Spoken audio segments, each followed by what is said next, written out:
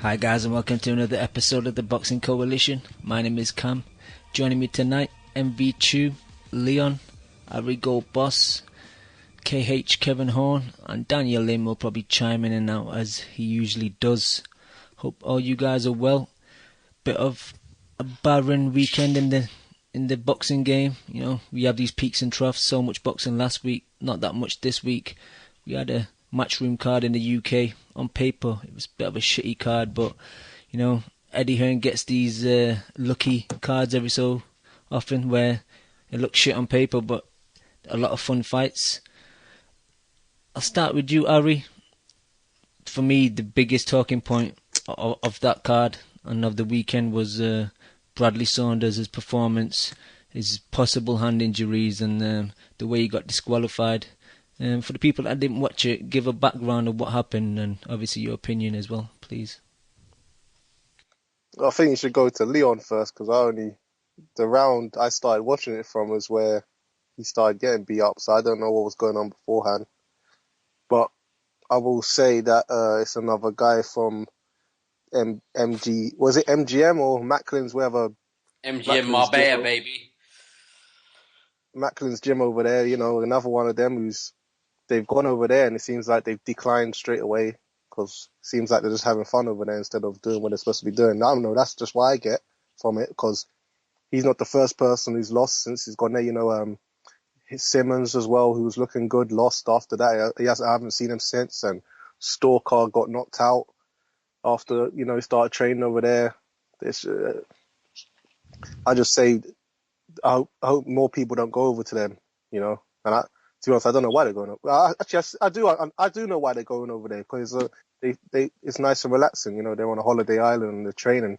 They say it's brilliant because they're relaxed over there, but obviously there's a reason why people like Golovkin and other boxers go to places like Big Bear and other places like that where they don't like it. Is because you have to graft.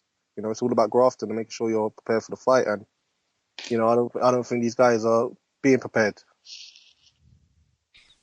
Leon, your thoughts? That place is fully shot. They should change their tagline to producing bums since 2013. It's just, Do you think Coogan will put that on the start of his iPhone videos? Or?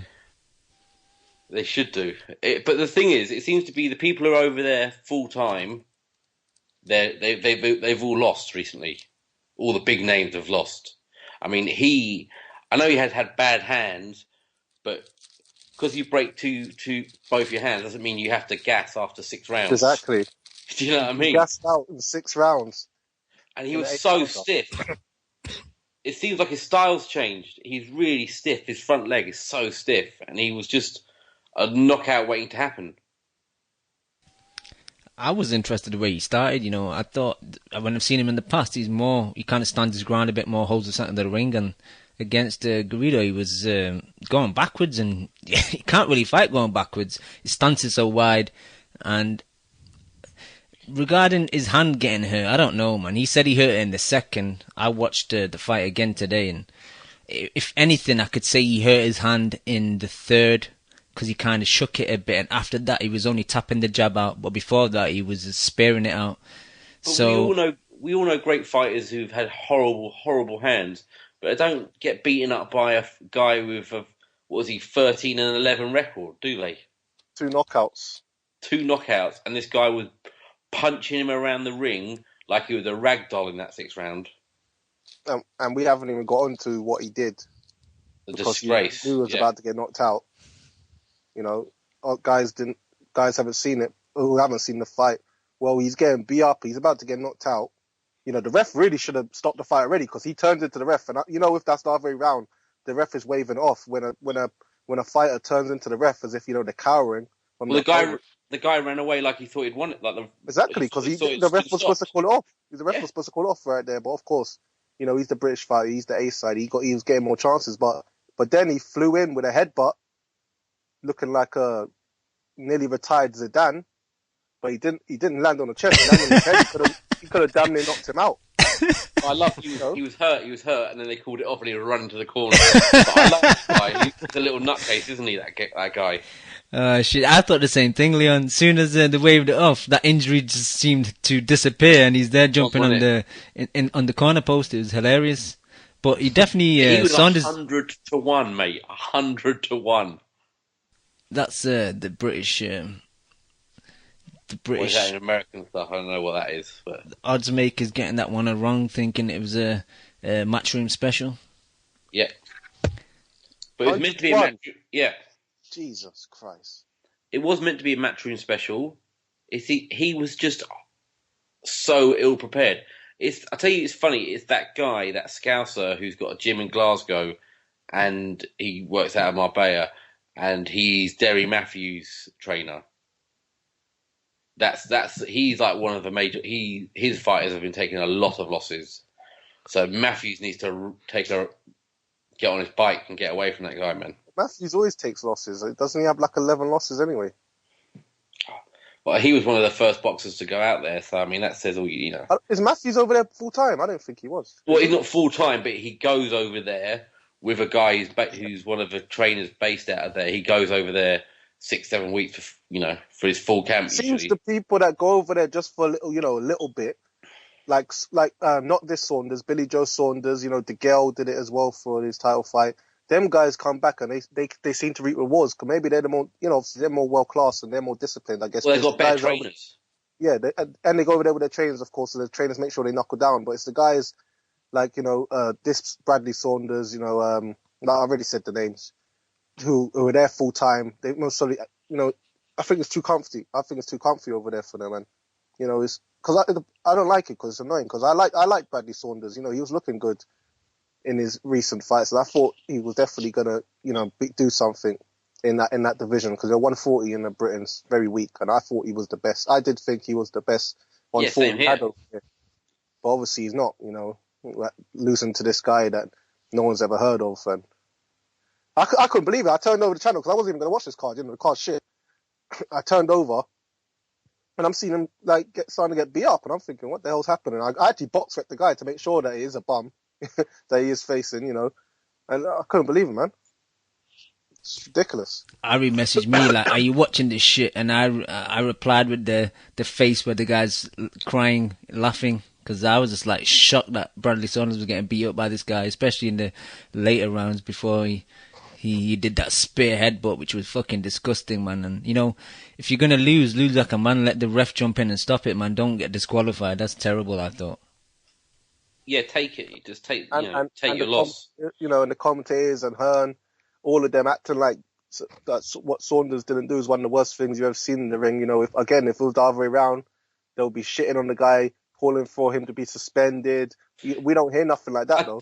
I tell you what's a fucking disgrace. They let him have a fucking interview on Sky after he'd done that. They should have taken him out of the back and slapped him around.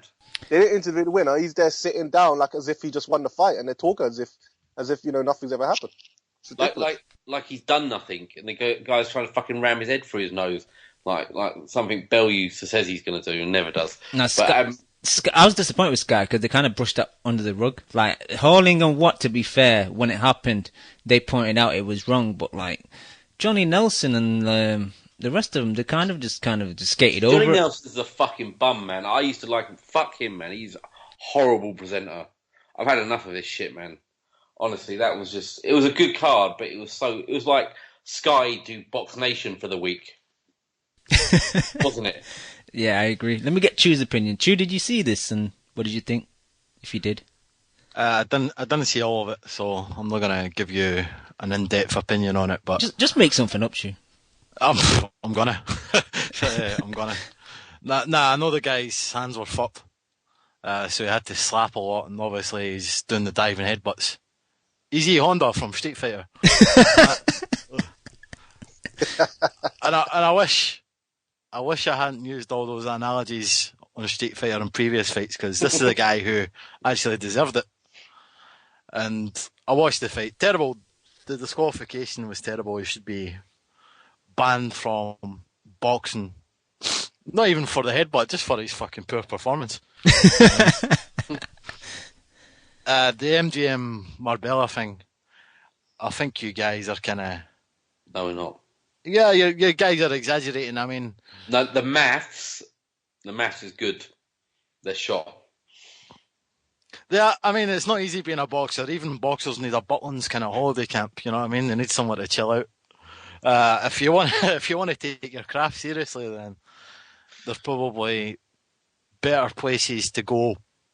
I've never really, if I'm being honest, I agree with some of what you and Ari are saying. If you want to take your craft seriously, you want to kind of go to a gym that doesn't have everything. If you go to a place that's got sunshine, great facilities, even good sparring partners. Did you see the bunker that Sir Joe used to fucking train in?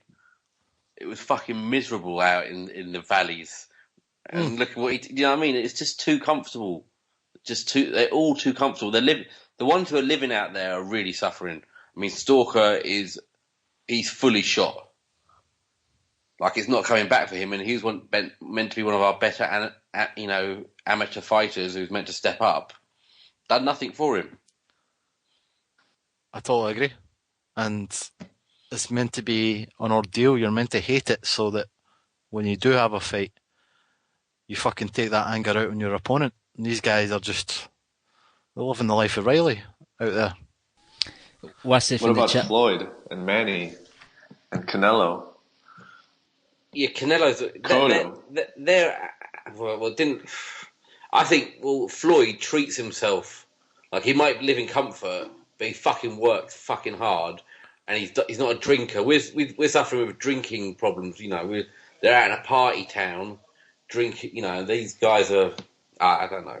Floyd treats himself like a prisoner. You know, when he's trained, I'm sure. Yeah, Lim, like, in comparison, like, Marbella is like Cancun. Like, you won't go to Cancun to set up a gym because you know people are not going to take it serious. Yeah, those guys have earned it. They've earned the right. I mean, if Floyd was to go to Marbella when he was 10-0, probably never have made it. Yeah, there you go, exactly. You're talking about people at the top of the game who've done all the hard work to get there. We're talking about people at the beginning of their careers, 10, 14 fights in, acting like they're fucking rock stars. Okay, I guess these are two extremes, but I don't think you necessarily have to hate or even dislike your training camp for it to be conducive to success. No, I actually feel that. I think if you're a fighter, I would rather like if I'm managing fighters, I'd rather have my fighter enjoy the scenery rather than dislike it. Yeah, but Lim, we're not just talking about as if they're living cushy in a nice mansion or something. We're talking about they're on a. I don't know if you know what Marbella Island is. You know, it's a party island. People go over there summer. It's all about drinking and getting girls and doing, having fun. That's where they're at. Right. It's not the train. They're training kind of thing. Lim, they're training on spring break, mate. That's what they're doing. Yeah, and that's fair. But I'd rather have even a fighter train in that circumstance rather than having him train in some place that he fucking hates it, where he's just miserable. It's not about hate. It's just like you need them lack of distraction so they can focus. That's what the best thing to do. Yeah. But it's interesting, though, because I actually know some people who train in Vegas, and they train in Vegas for that exact reason that you just gave me, is that they like seeing all the distractions. They like seeing all the people who kind of just wander around aimlessly and who have no goals in their lives. Like, it gives them further motivation to succeed in their own craft. So I feel like that's pretty fascinating.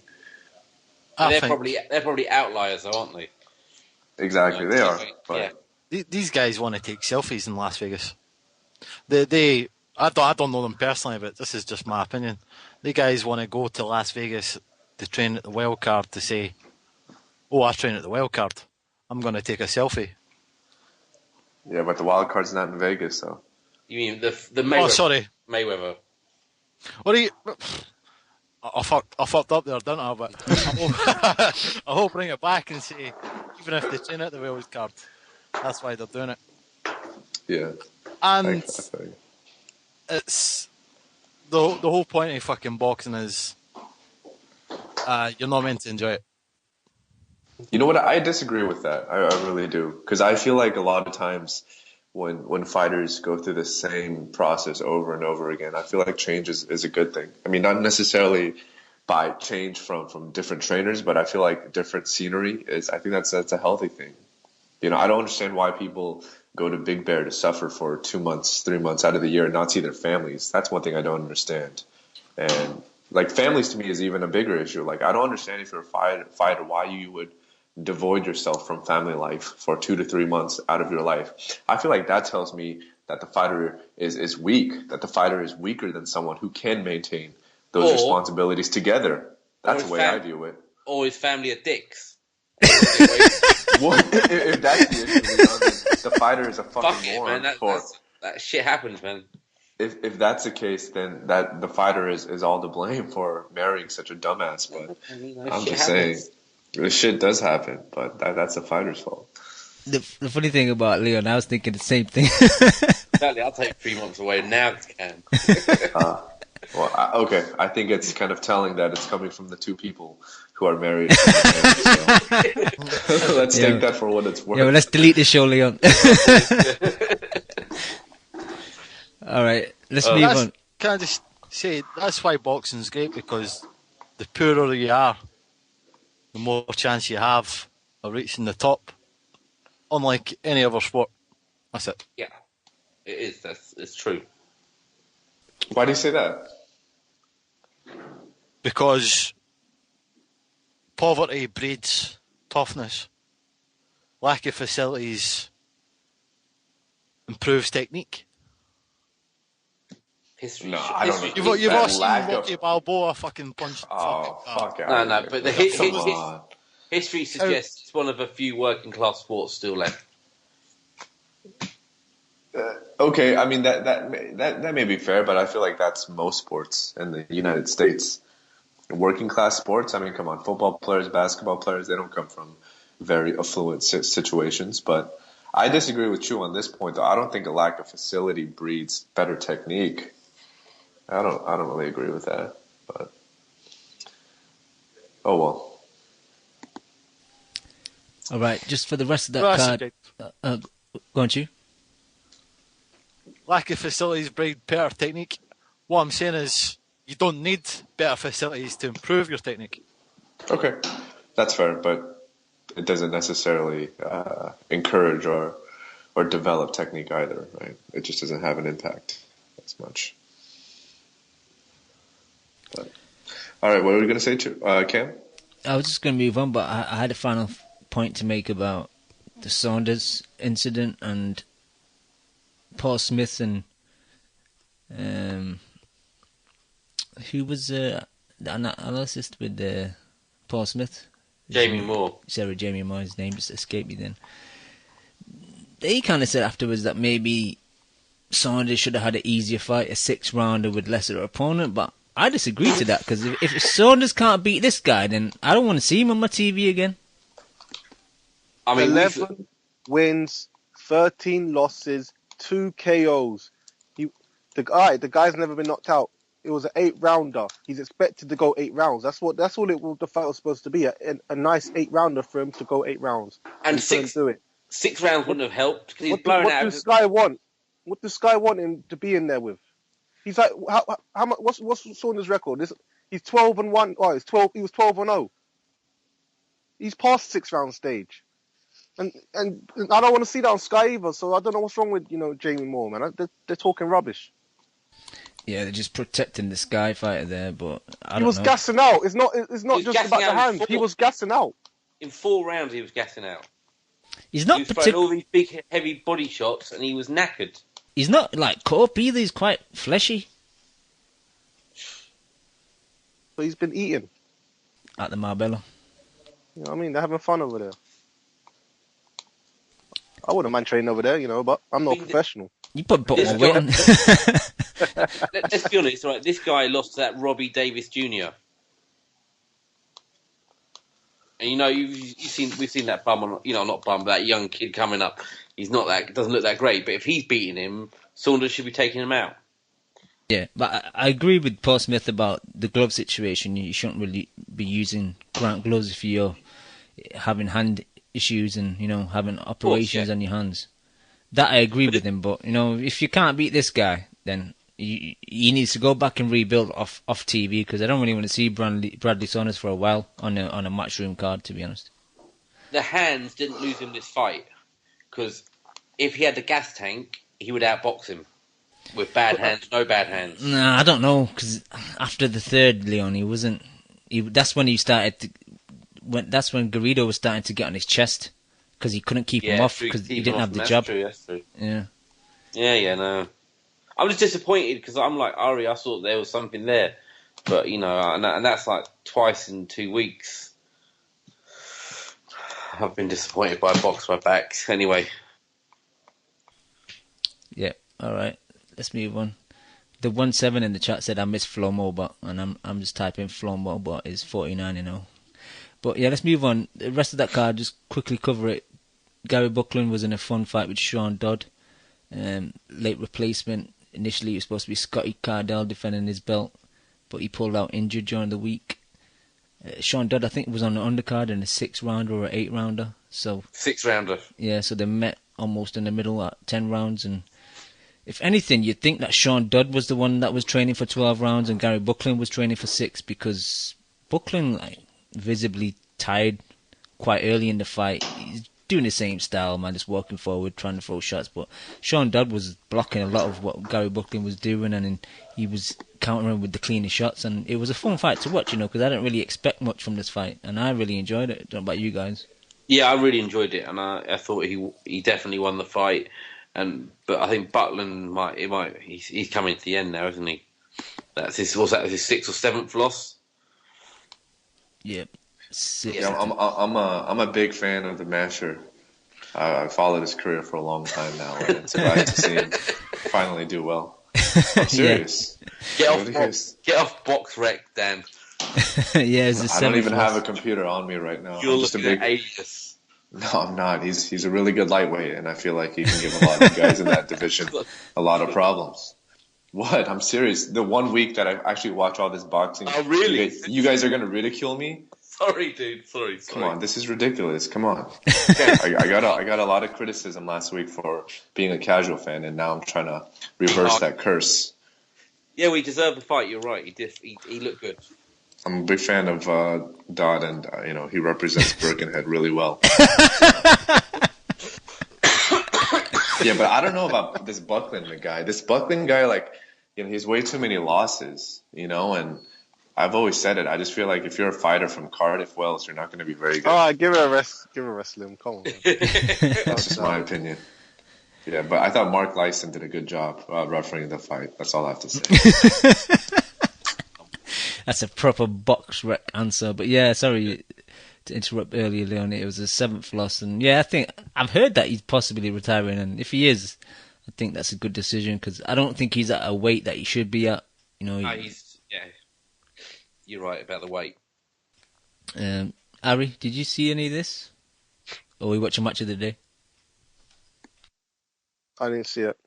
I saw parts of it, I flicked it, but I couldn't. I'm not gonna lie, I can't. I don't like watching boxing. I just can't stand that style. I understand. Literally nothing. All right, we'll move on to Stephen Smith versus Davis Bashiro.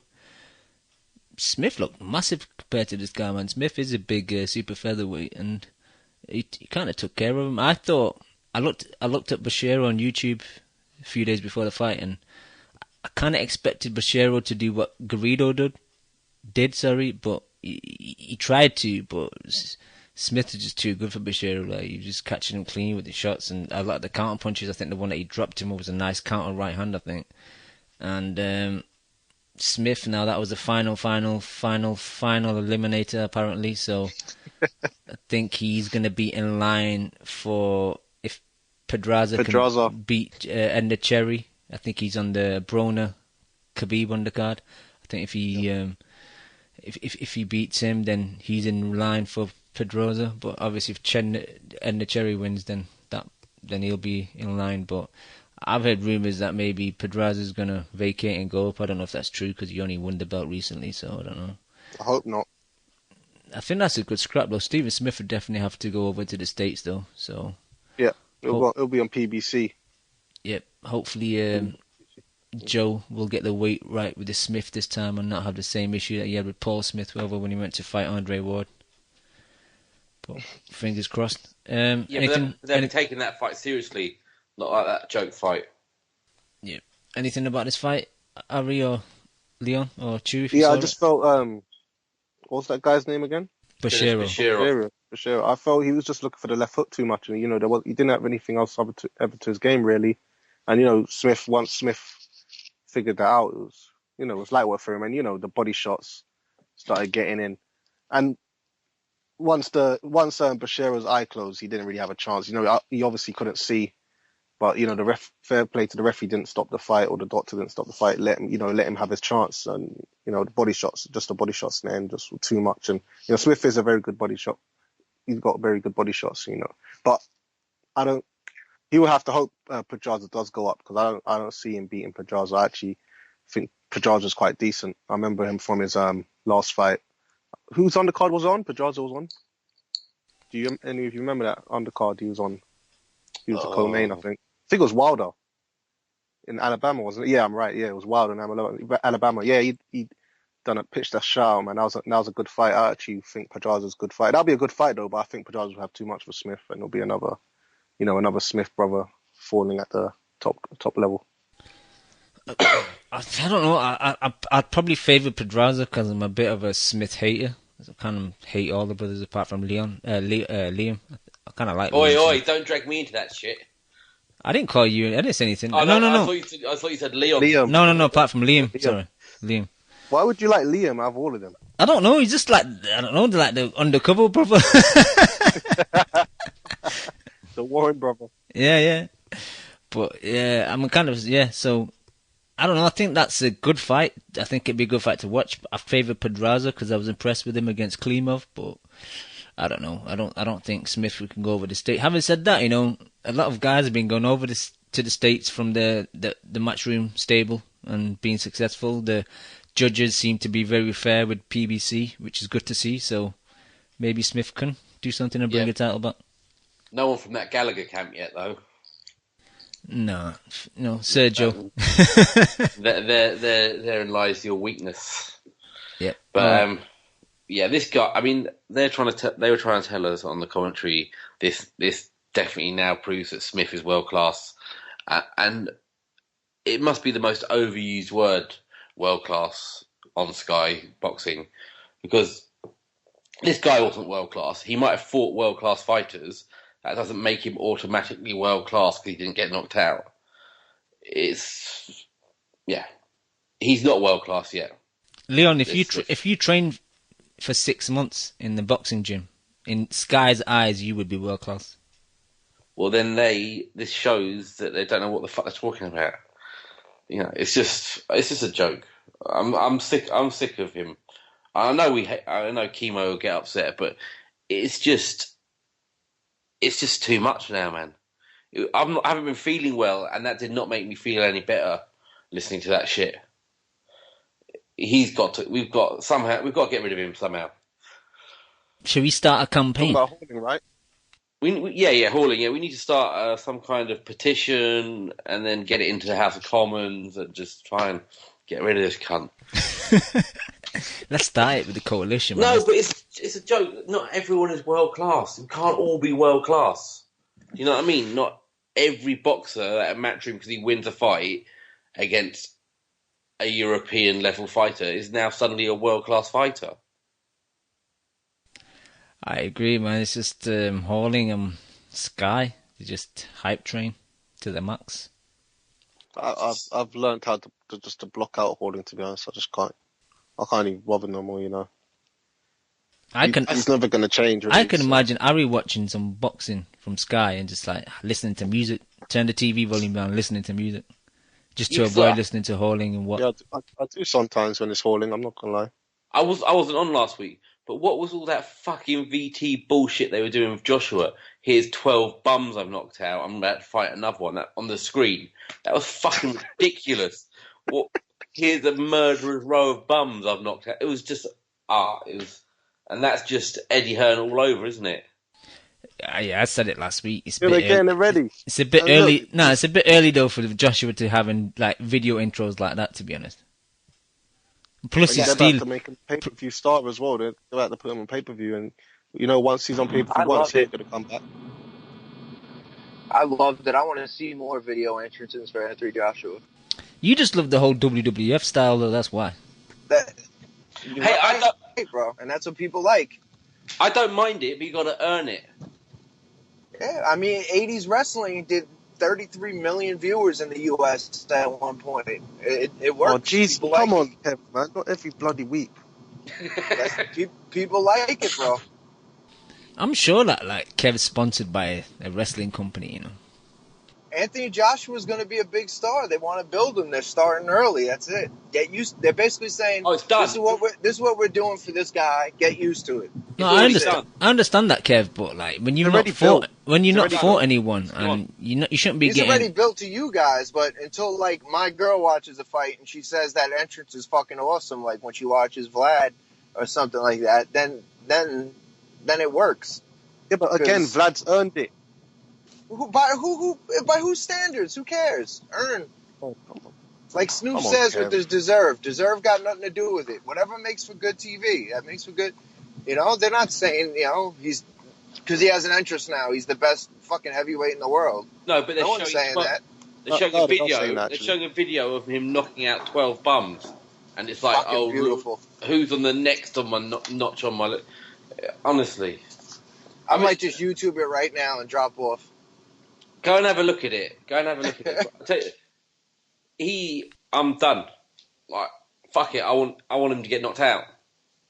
Nah, you can't hate. You can't hate on Josh because Sky are pushing the No, he's hype train. part of the fucking problem, man. If you're involved, it's your shit. Don't let them fucking build you up like that. Bullshit, man. He's the next David Price if he carries on like this. If he gets knocked out, he's finished. If he gets knocked out, that'll be the biggest collapse we've seen. Yeah, that would be bad. Feeding him bums and then showing off about it.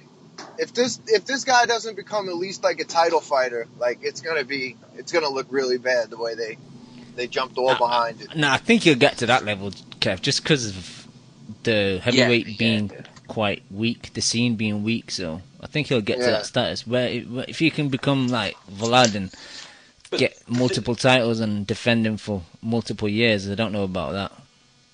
But this proves Hearn's been watching what they've done with Wilder and gone, I like that idea. He doesn't have to have a test for 30 fights. Yeah, but And he's we'll still get a world champion. Yeah, but we'll get to Wilder later. But I did say We'll after the fucking get Stavern Wilder fight, later. I did say after the Stavern fight that they'll go back to protecting him, and that's exactly what's happened, which is disgusting. No really, one- you can't call yourself WBC heavyweight champion in the world and fighting this type of opposition. Yeah, we'll come to him later, though. There's enough venom for that later. But obviously, Leon, you went on last week and you wanted to give your 2 cents on Mr. George Groves.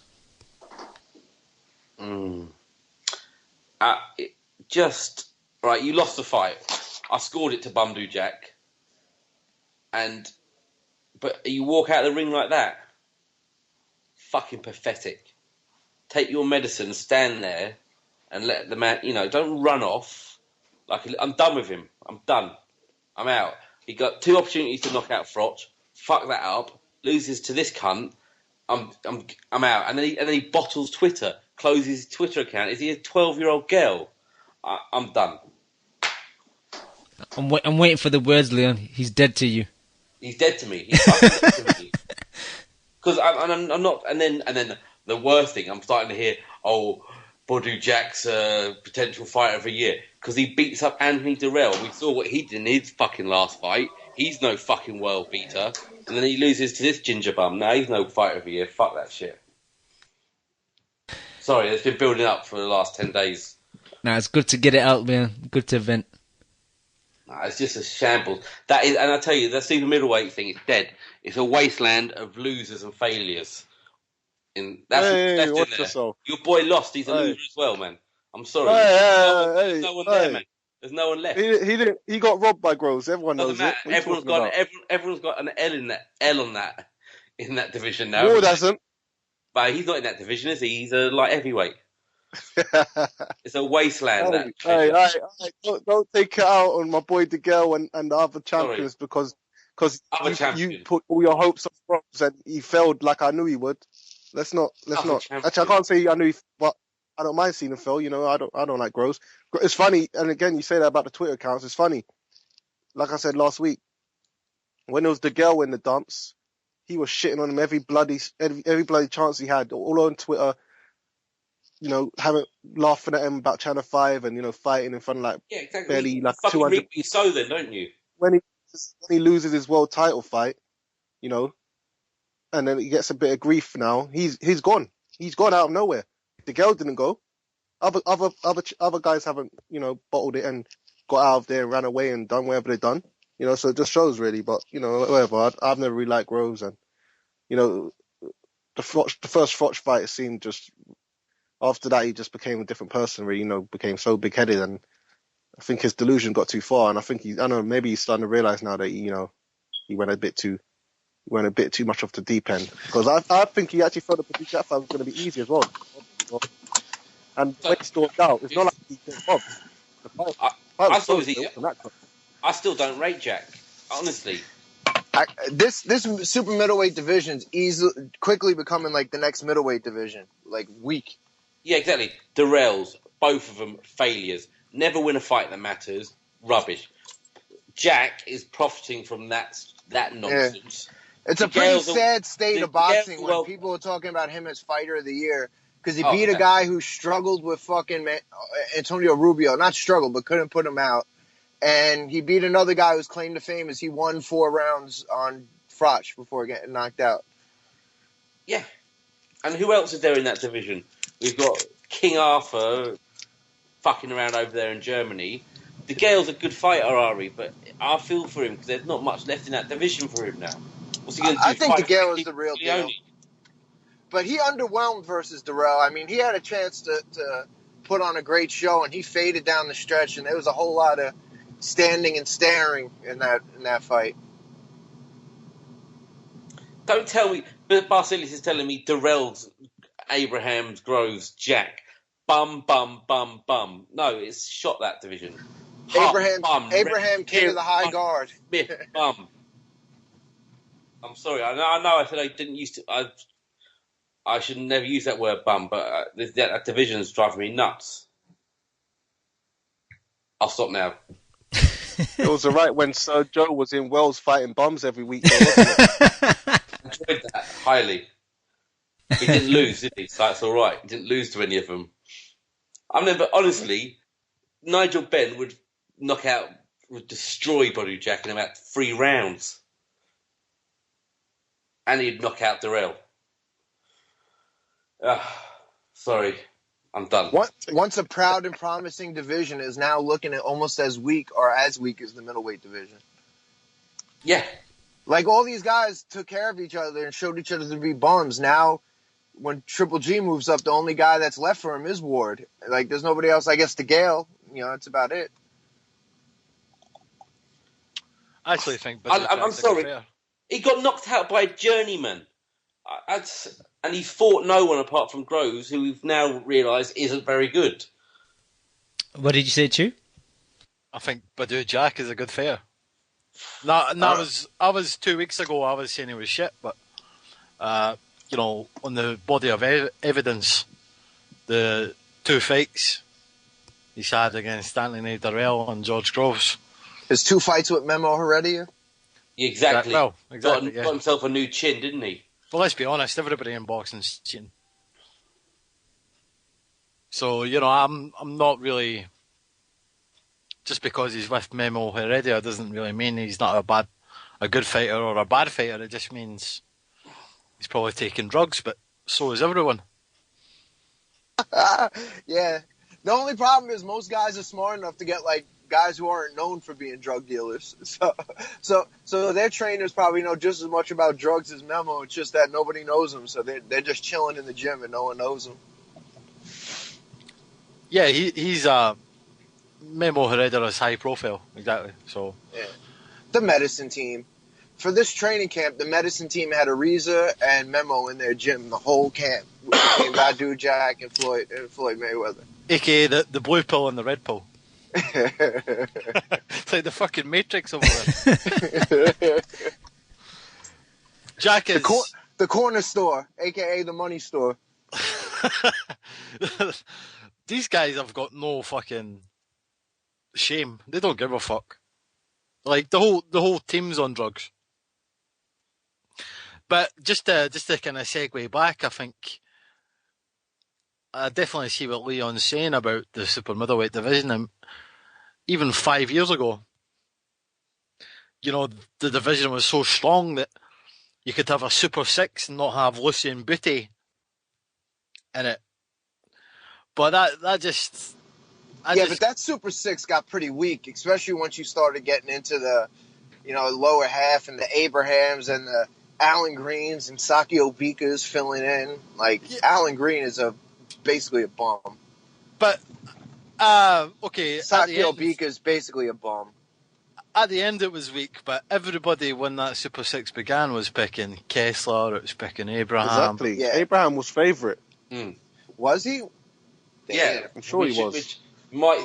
Which might suggest that whole Super Six was highly overrated. Yeah, Jermaine Taylor was in it. Seriously. So maybe we'll get to Ward later, possibly, but maybe Ward might have been feeding.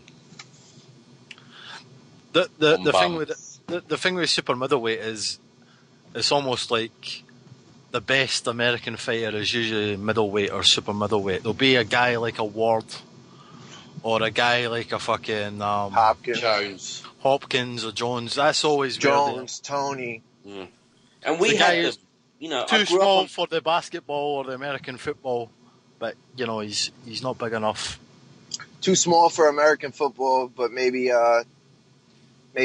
too rough or too built for not tall enough for basketball. Yeah, that's like the prime. So you'll get that guy who's like 5'9", 5'10", 5'11", about 180, Yeah. As opposed to like in the football, if you're that size in the NFL, you got to run like a 4.40, 4.540. Historically, that's always been Europe's strongest division as well. So you'll get, it might be weak at the moment, but give it a couple of years, there'll be a guy coming through from both continents. Yeah, you're right. And I still think DeGale's that guy, and I think he's a really good. And I rate DeGale, but I think Hearn fucked him over, didn't get him that Froch fight. Fucking Groves has fucked it up. So he's going to have to fight Jack, isn't he? Which he'll beat him, I think, personally. But, that's his big fight. Imagine that, you going, oh, my career's on the up, I signed for Matchroom. I can't wait for this. Oh, Budu Jack's the best fight I can get. What the fuck am I doing? That Ukrainian Sergey going down to middleweight, I thought he was going to stay at 168.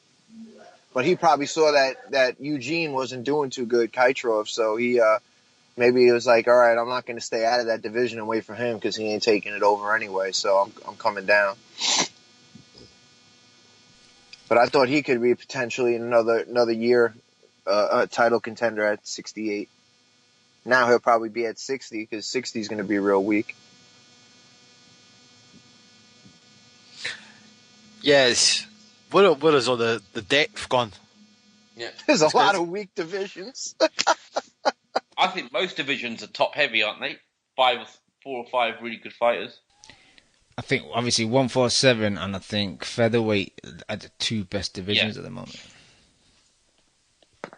Yeah. And the problem is a lot of like with especially the US amateur, it kind of got like the basketball AAU type where a lot of the best fighters like stayed away from each other in weight class, so they weren't competing against each other. They like identified the quote unquote elite early on in the process, so they weren't fighting each other as much and separated by weight classes, and they were settling into weight classes apart from each other like years earlier. Whereas like you see like even before, like Danny Garcia has a lot of names on his amateur resume. Sean Porter, Tim Bradley, like those guys fought a lot of names on their amateur resume. Now you're seeing it less and less and less, like because there's less talent. So they're just like, why am I going to fight anybody good? I'll just stay away and get my way into the Olympic trials, So there's not a lot of up-and-coming talent in any one division. Yes. You look at 154, you look at 147, these guys have got like 10 elite fighters. But middleweight, it just dies a death. And then the super middleweight, same. Light heavyweight, yeah, there's a lot of good fighters in that division. But then you look at cruiserweight.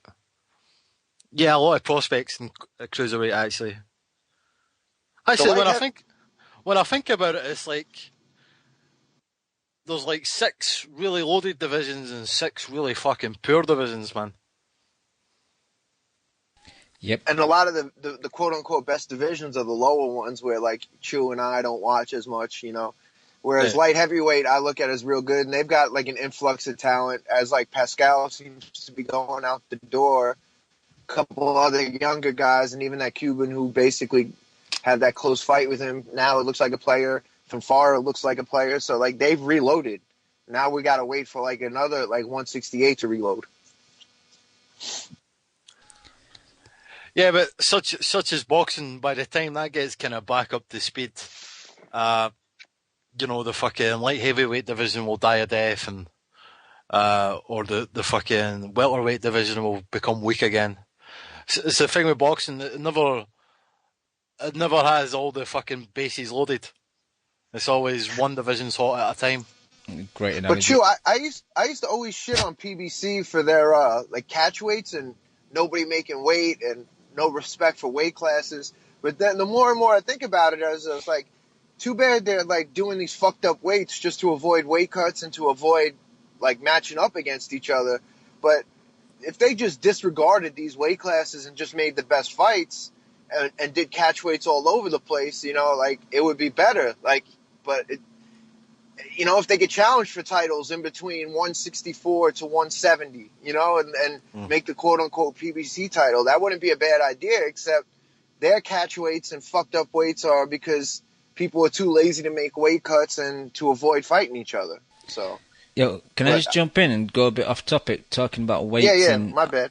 No, it's okay. Just talking about weights and catch weights. Broner, like, is he taking shit serious now? Because normally in the lead into his fights, you always see him clowning about Instagram videos, blah blah blah. But I've not heard nothing from Broner for a while. Yeah, Broner's changing his life. That's why we don't hear him anymore. I think he's gonna train like his big bro Floyd and just take everything seriously from here on out. So I can see Broner doing really big things in 2016, and I think he's finally gonna get that coveted 4th world title in 4 different weight classes. Trouble. You know what happened though, Cam, is Dan Rafael wrote that article about the fight being a joke, that it's for a title, and posted it on Twitter, and then AB on Twitter basically called him a fat fuck and he never fought, so he shouldn't talk. And then after that, you know, he basically said he's not talking to any reporters, doing any Instagram shit. Yeah, but Yeah, he muted himself, didn't he? You're breaking up a bit, Kev, there, but I didn't know about that. Did you guys know about that? Yeah, he muted himself. He had his like funny little sidekick read his press conference. The white ticket. Yeah. And the only word Broner said at his press conference was the N-word.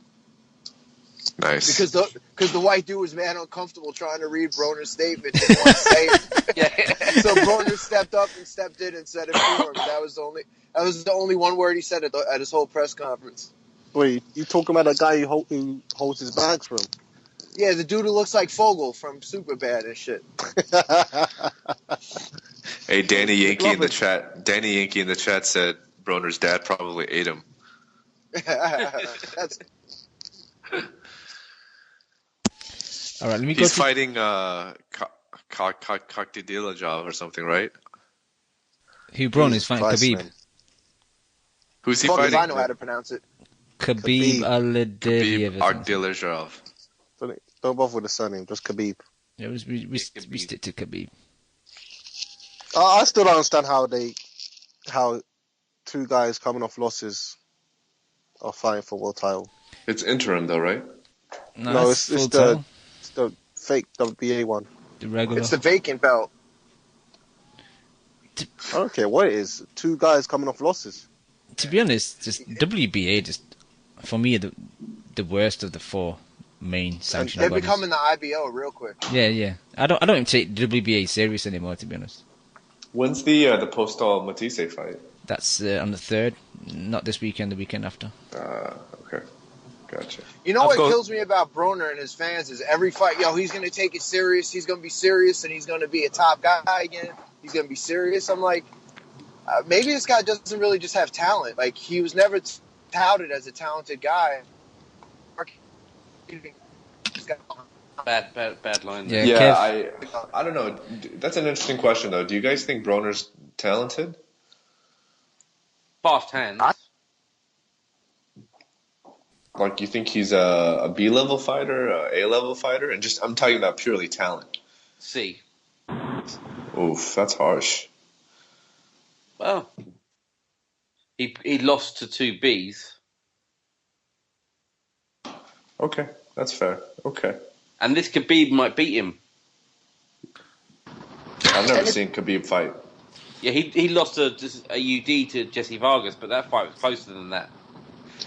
Hey Kev, your mic quality is so good that it's making us look bad, man. Come on, bro. My bad. I had to go to the doctor, man. So I'm on the road. I'm on the commute. I had to get a physical. Okay. I get it. My birthday month's October, so I always get it right before my birthday. Yeah. So I was just asking some of these other guys how they would rate Broner's talent level, just his inherent talent level. How would you rate him, like on a grade scale? Not too like a C. He doesn't know how to throw punches. He gets nervous, and you look at him in that Ponce fight. What did he throw? Like 25 punches around. Like, yeah, he's good if he's fighting a midget that can't throw anything back, and he could walk you down and throw power punches, but. He was never good. Like, Gary Russell Jr. had a great interview saying, like, in the amateurs, he was a guy who fought in, like, the B-level competitions. He didn't even fight in the better amateur tournaments. And, like, now all of a sudden he's a pro. He basically had a close loss to Quintero that could have been lost. He should have lost to Ponce. And now all of a sudden he's a superstar. It was, like, weird. You know, it sounds funny, but I think he's more athletic than he is skilled.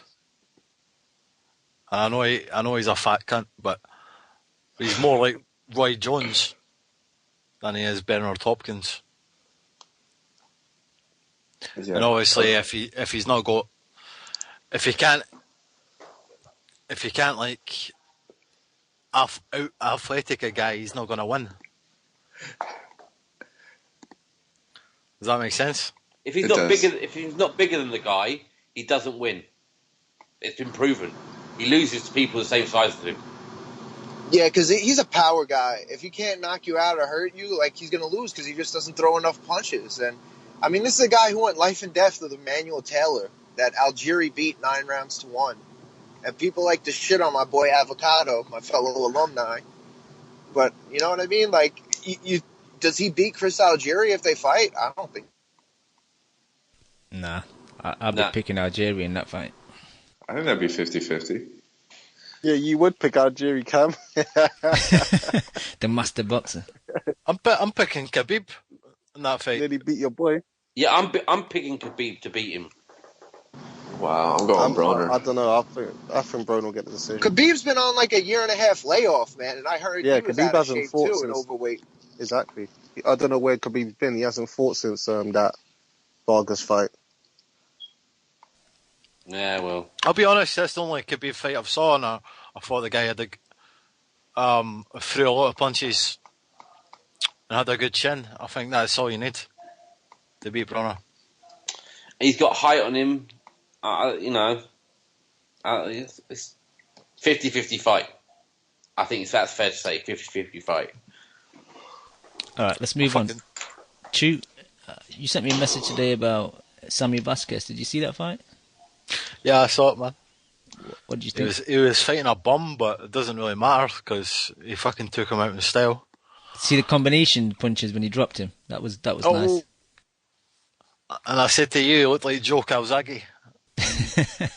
That's who he reminds me of every time I watch him. He does have a Sergio type of style to him, but I've seen him a few times now. I've seen him struggle against a few opposition, seen him knock a few guys out, and I like him, man. Dan, you got a lot of background. Dan just walking through the hallways. Yeah, I like him. I think he's good to watch. He's mix up his punches. He's got a wicked left uppercut to the body, being a southpaw, and yeah, kind of took Jose Lopez apart. Dropped him twice in the fifth, I think it was, and the first knockdown with the multiple combinations was beautiful. And yeah, anyone else see that fight? Yeah, I saw it. What do you think? It's good. I just like the atmosphere in there. He's fighting in his hometown, right? Yeah, I think he was. Pittsburgh. Yeah, I like him. I really like him. Yeah. It's fun. All right, and that was on Fox Sports 1. I think it's their toe-to-toe Tuesdays with the with PBC.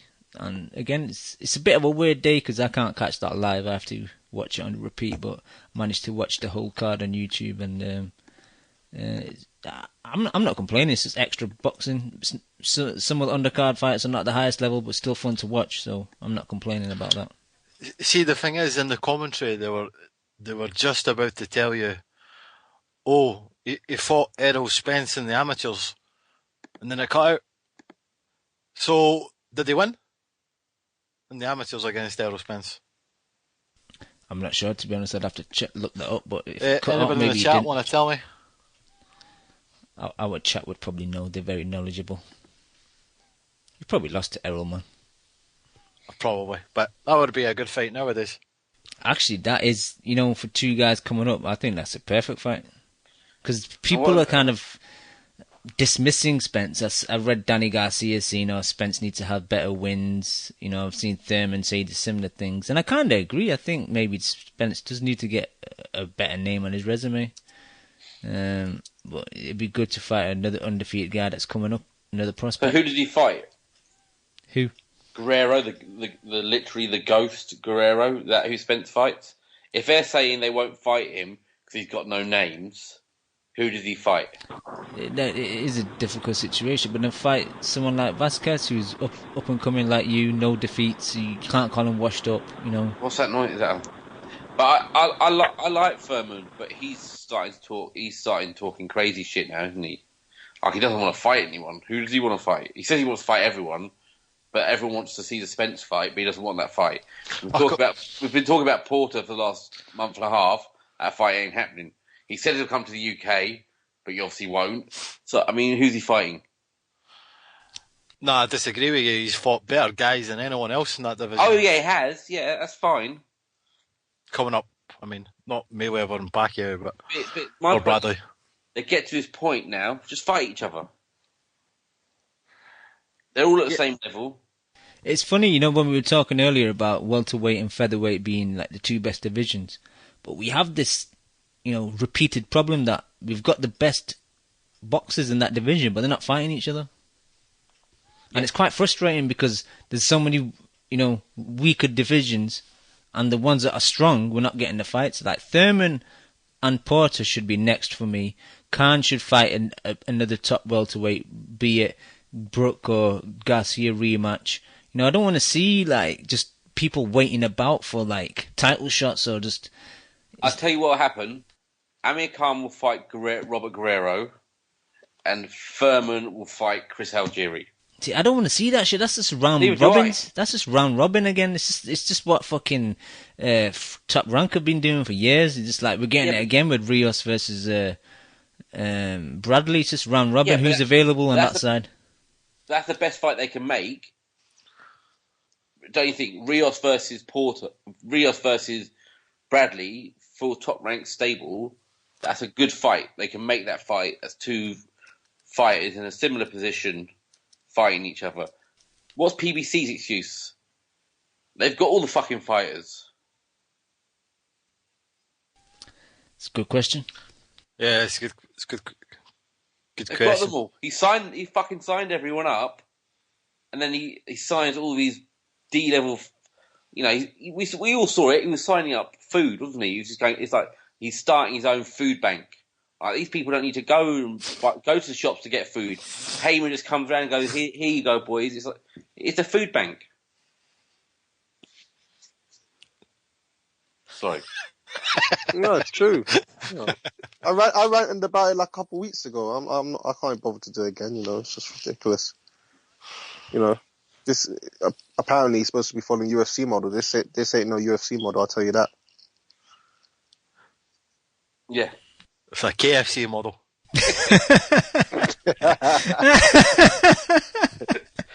That's excellent. All right, let's have a little break. Leon with the assist. Talk about the Prediction League for a bit. Obviously, it wasn't too many fights, so not much movement. There were a few guys that jumped up into the top 10, so I'll give the top 10 a quick shout. We got Mo in 10, still in first position. I think he didn't put any picks in, if I'm correct. When I checked his predictions, I think he forgot to put them in this week. Ari still in second. I'm still in third. The current belt holder, Choppy Hovers, in fourth.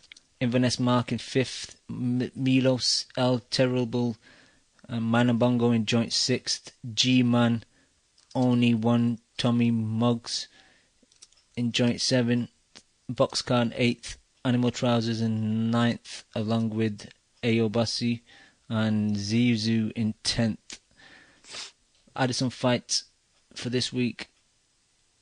You should have put your predictions in for the two fights that are early hours of tomorrow morning. Well, the one in Japan with Yamanakas in the early hours in the UK anyway. The fights normally go up 7 days before, so you should have had them in.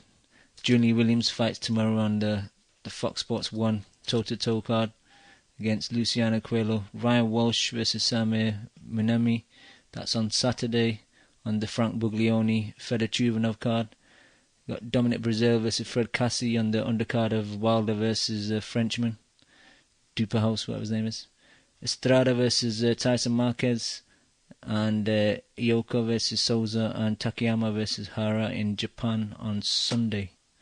So that's the Prediction League. We give the chat a quick shout.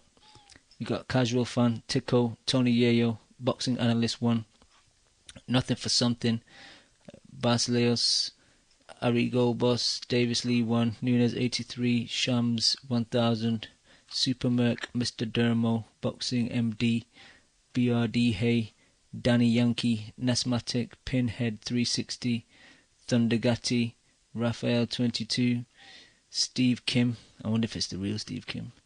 The 1-7, Kevlar, Amekan 7, Kid Gallabum, Arizona Slim, and the new Foot, Marky Mark, TMT, Lucan, Jack Captain, Chris DLFC, Steve Love, The Menace 88, and some guests. I think that's about it. Alright guys, what should we move on to next? We've got a few topics. I know I want to rant a bit about Matchroom and, Mr. Hearn, Quigg calling out Donaire, they negotiate, they kind of agree to everything. That's what, Bob Arum and Nonito Donaire have said. And then they've not heard anything back from Matchroom, which is a shame because when this rumours were announced, I was looking forward to it because it's most likely to be in Manchester. I'm a big fan of Donaire. I think he's going to be a future Hall of Famer, and to see him in the UK, because I personally think he knocks Quigg out. But even if he lost to Quigg, it'd still be great to go watch him live in person.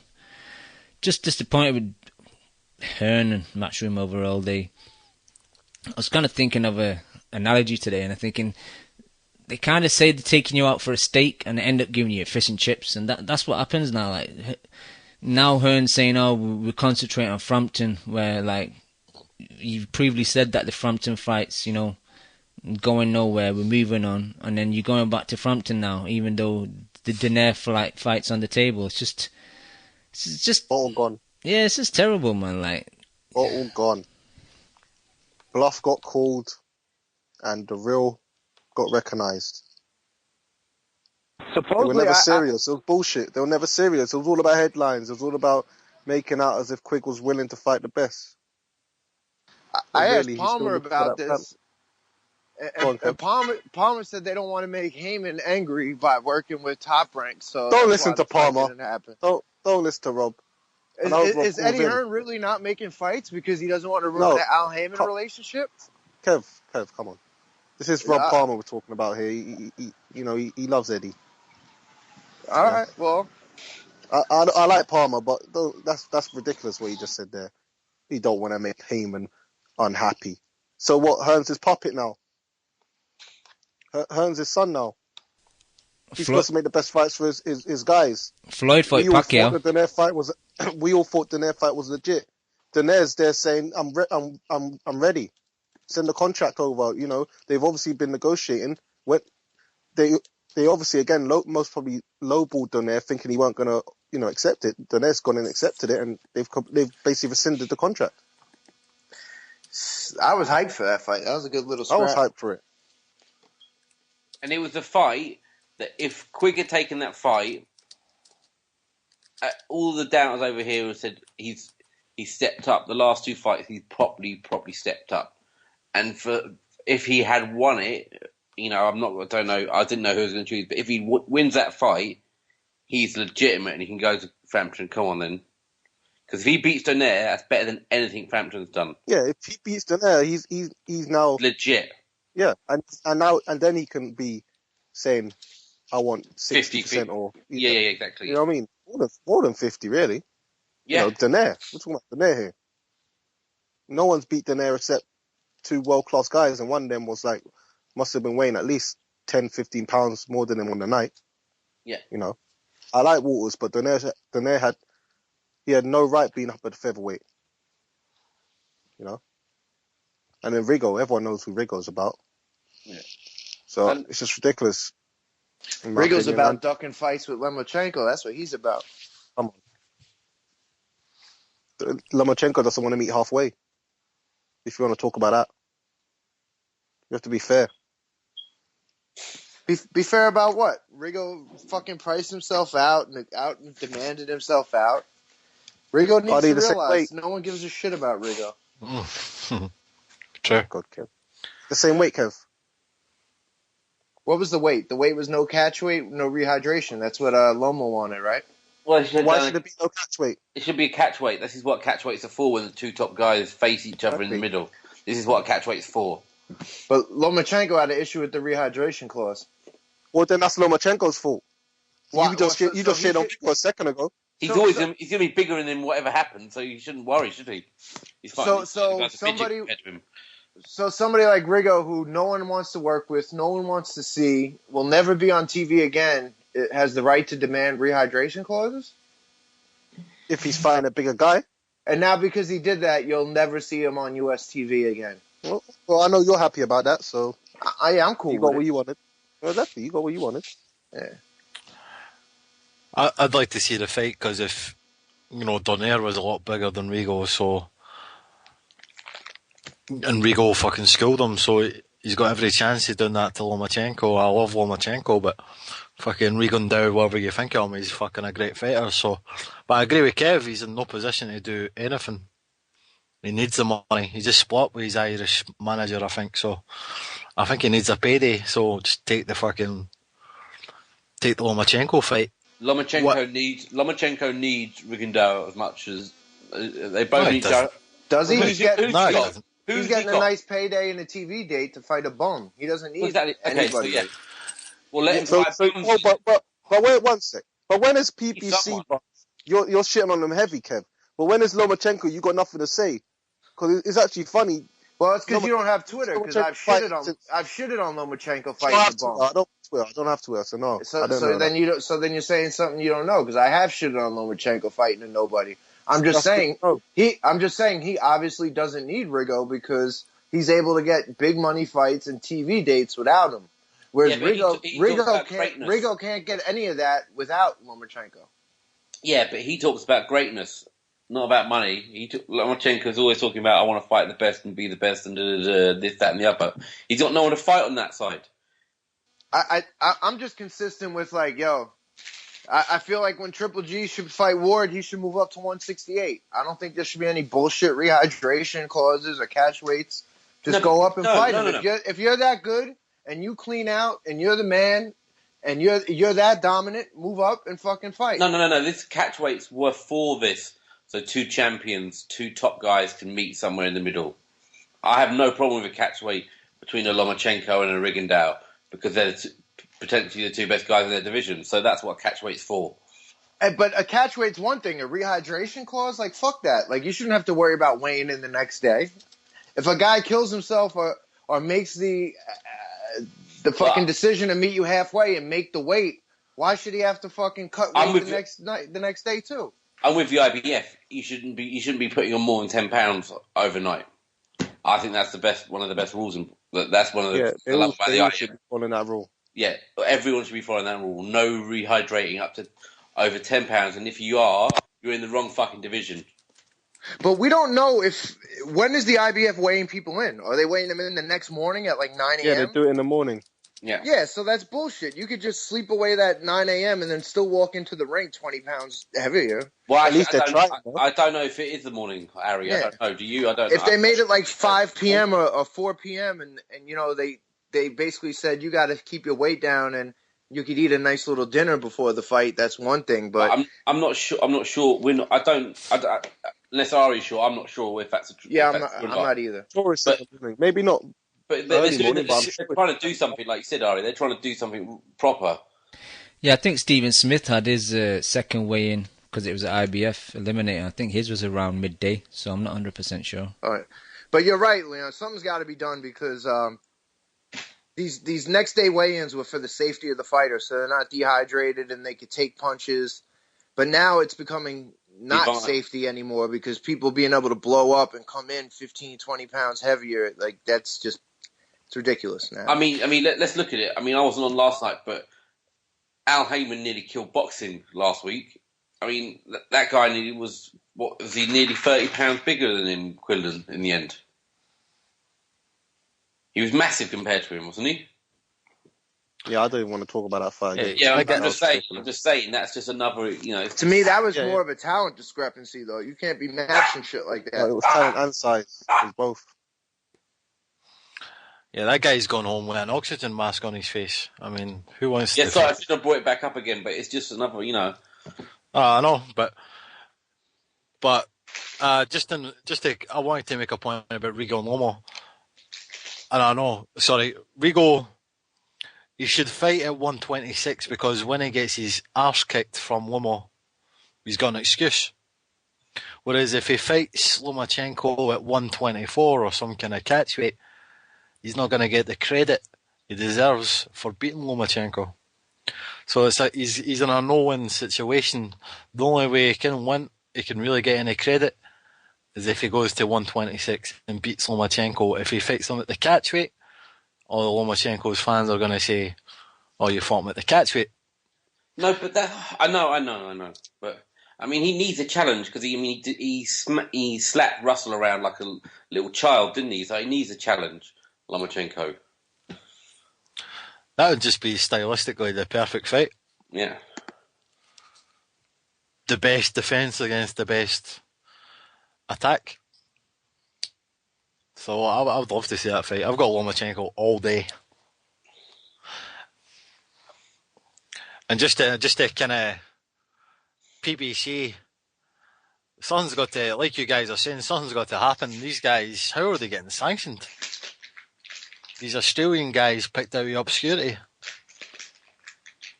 And I heard someone say it was like the 5th best middleweight in Australia.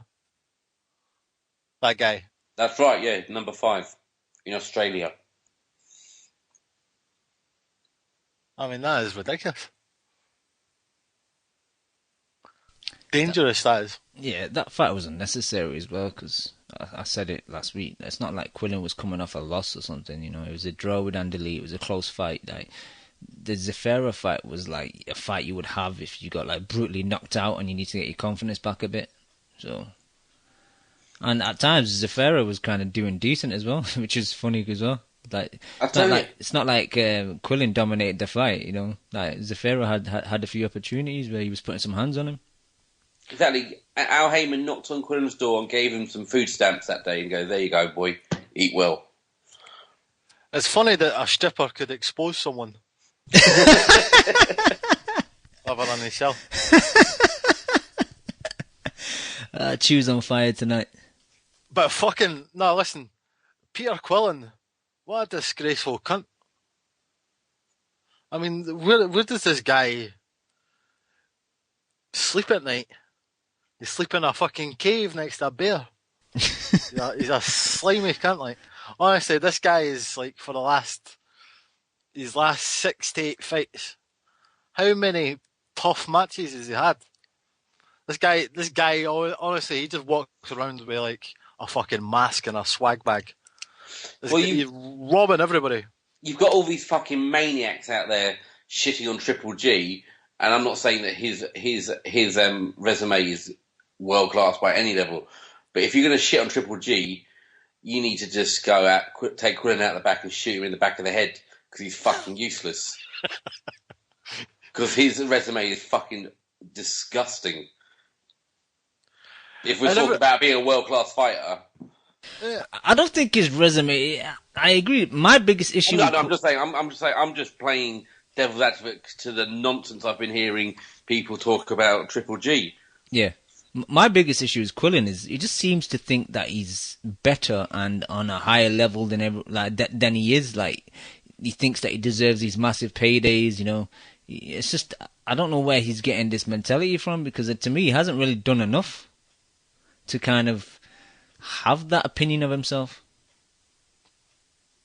Oh yeah, he's like, it's like a lot of these PBC fighters. They're just getting fed up, aren't they? They're getting fed all this stuff. They've got those 2 Watson fucking seals in the corner before every fight.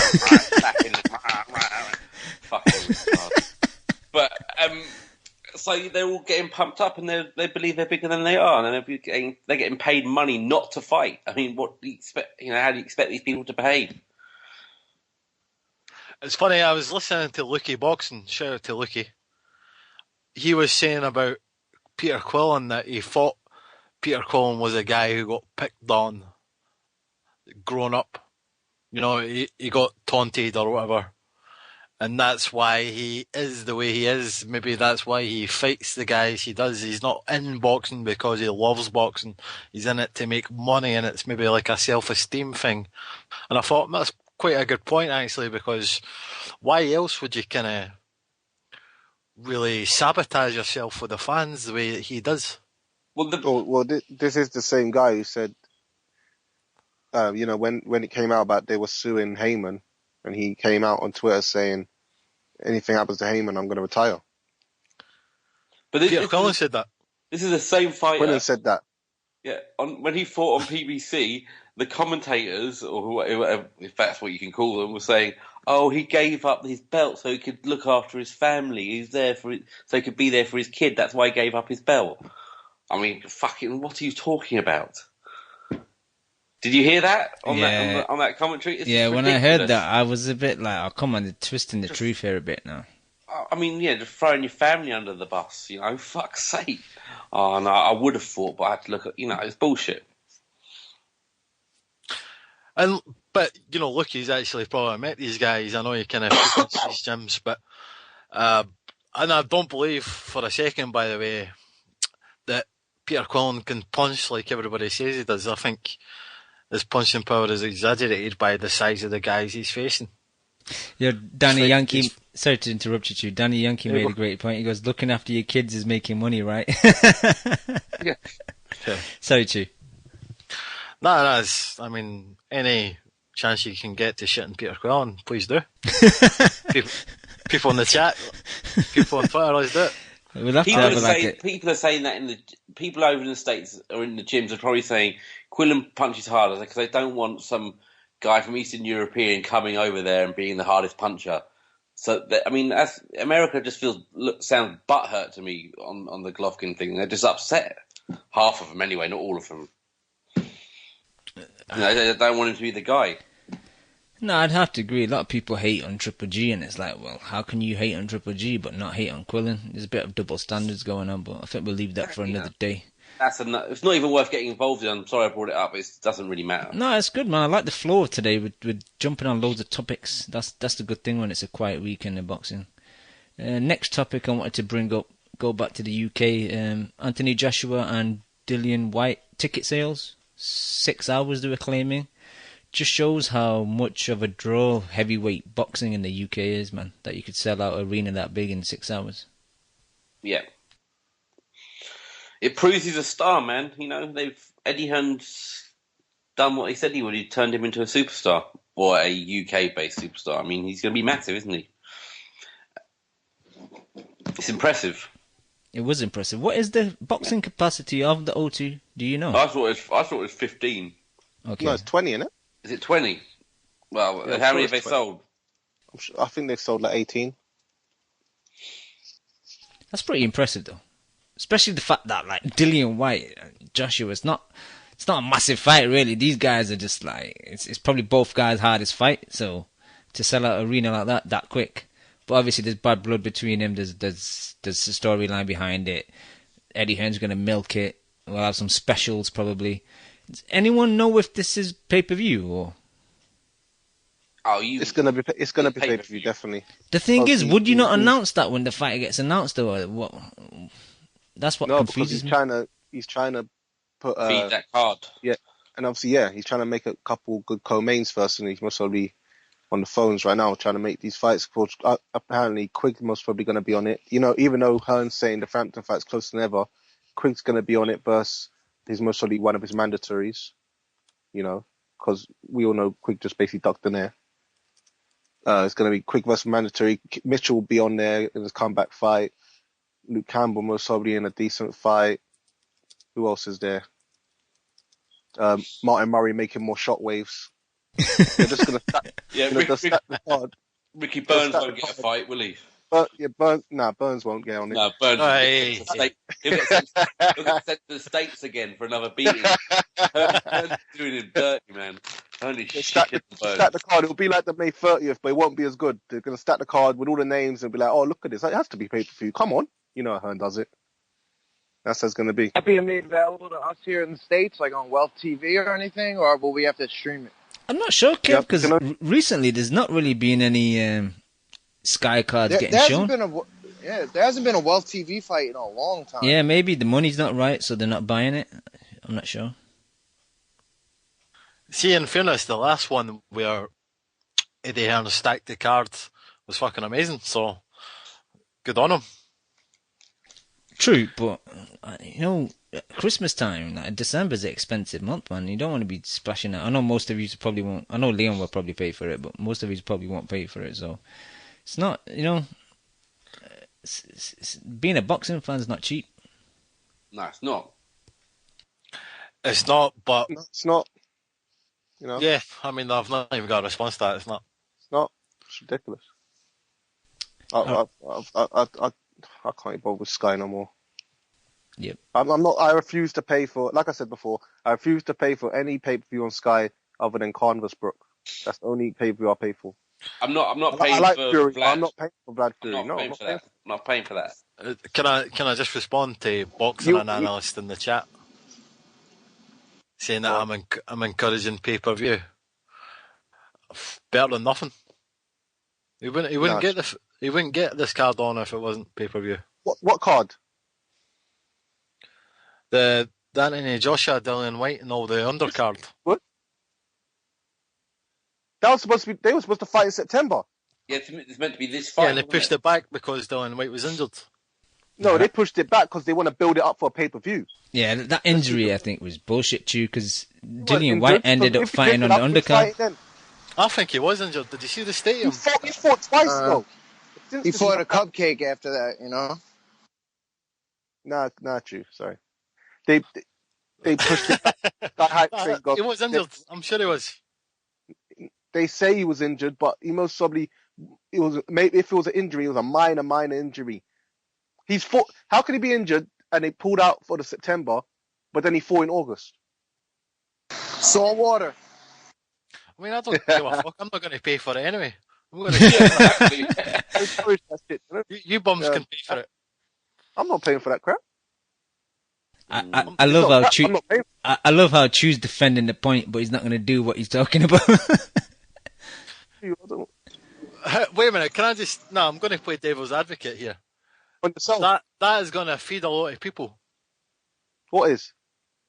Pay-per-view all the boxers on that card are going to get a good payday. You're talking about Christmas. Well, their fucking families are going to get a great present. No, they're not. Eddie Hearn pays them like 50 grand a fight. That pay-per-view money is going in Sky and Hearn's pockets. I don't know what you're talking about, mate. Yeah, and this is what I don't understand amongst boxing fans. It's gonna. Right, this is what it is. It gets reinvested into boxing like Top Rank do. Top Rank fucking take all their money and they fucking put it back into boxing. So do you guys pay monthly for Sky? Yes, that's what I'm trying to get at, Kev. Sky, so it's like HBO. We pay a subscription. We pay a subscription, we don't get shit, and then we got to pay all the good fights on pay-per-view. Exactly. That's what Hearn's made it become, and that's why I've had enough of Hearn. But I don't know what Chu's about. Chu, if you've got Skies, Chu streams everything anyway. I don't know what he's doing. Oh fuck! I've never watched any Sky, any pay-per-view. I stream everything. I'm talking for the guys like me who have got Sky, who pay for Sky Sports, expect good boxing, but every month now it seems Hearn wants to sell us this bullshit pay-per-view. November he's got Vlad. He's put Brook on it because it seems like Brook can't fight on normal Sky no more. He seems too big for it now, So they buy the card just so they can put Brook on a pay-per-view versus Chavez. Joshua hasn't fought anyone. About to have his first decent test. Apparently now he's pay-per-view star. It's ridiculous. I refuse to pay for it. I can't bother. I don't care. I'll stream it. I'll go to a casino. I'll do whatever.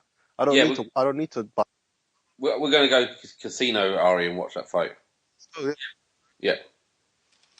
See, the thing is, like, first of all, can I just say to the guys in the chat, see if you take me fucking seriously, then you're making a big mistake. First of all. yeah. So true.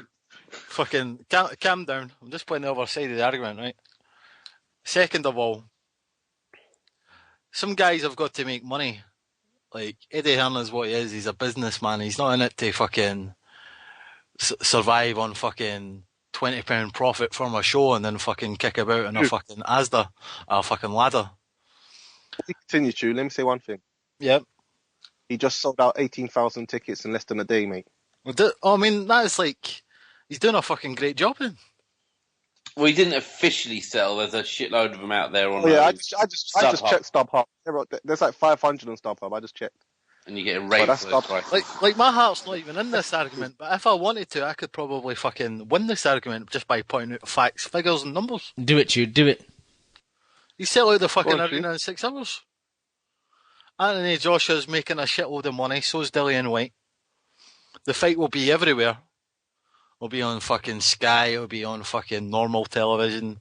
The Americans will watch it. The whole world will watch it. And what you got to remember is, like, these live gates aren't. Yeah, they might sell 18,000, but they're not big gates. Like, they're $10, $15, $30 tickets. It's not Floyd Mayweather fights that are. No, in the UK, £40. Kev, in the UK, they're expensive. £40. That's in the bleachers. Kev, ticket prices in the UK are expensive. Like, for a shitty seat, you're looking at £40 plus £7 fee. So you're like £47 for a shit seat. If you're looking for a decent seat, you're looking about £80, £90. I got echo from someone. Yeah, and onwards, Kev. Like, for like ringside VIP seats, you're looking at $250, $300, £400, which is like $500, $600, $700. Yeah, I could see if it's £400 or £500. That's a lot, but like you got to figure if you're going to the Garden, like Triple G, yeah, he sold it out pretty much, but a lot of those seats are $75 US. That live gate, even though there's 18,000, 20,000, ain't gonna be a fucking $2 million gate. It's still gonna be like a $1 million gate. That doesn't even cover the undercard, Covers a earned undercard. That's true.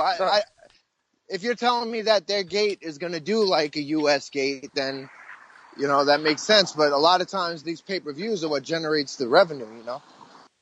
It's like it's like how much money would Eddie have made from Wembley for Froch Groves 2? Like, I don't see none of that money being reinvested. Like, don't get me wrong.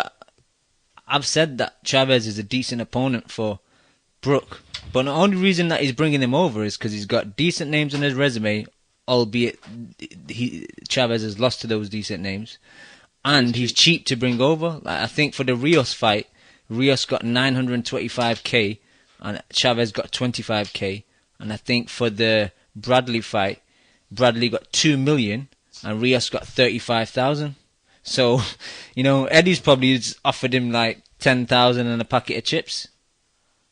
And the Argentinian rights. What, you said Rios got 35,000 versus Bradley? What? No, Chavez. Chavez. Yeah, Chavez versus Rios. Chavez got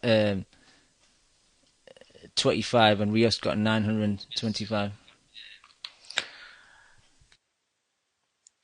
I got to assume Chavez got more money somewhere because that's less than Bob's paying True TV guys. That's disgusting, man. What I will say is, like, they should really have a better opponent for these marquee names for the Kell Brooks. I think now that he's a champ and he's established, yeah. But we've no excuses for that. We've got to say this is on some of those fighters based in the States, right? If you think you're world class, come and take the fight, take the less money, and take the belt. You can't. It's easy to say that, but it can't all be on Hearn. There's got to be, It's tough to come over and take less money. Like, if you're coming over, you should be paid fairly. You don't think a Keith Thurman or a Tim Bradley would want to come over? I think a Tim Bradley would love to come over. Brandon Rios was ready to come over. Yeah, Bradley came over to the UK many years ago. Yeah, but that was when he was trying to establish himself Brandon, and beat Witter.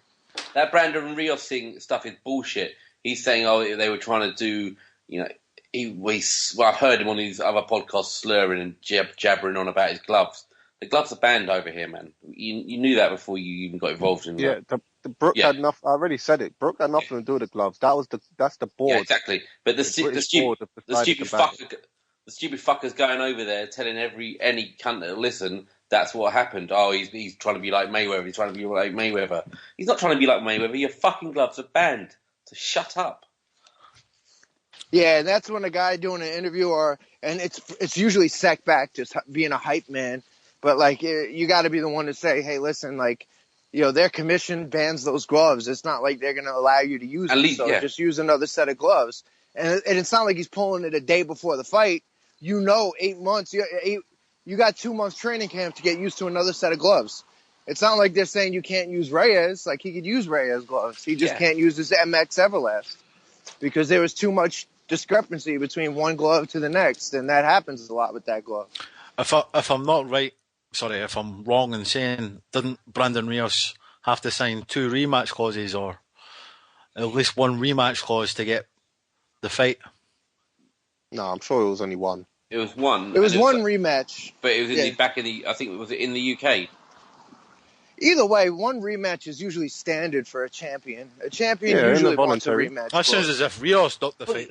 But we're all sick of it.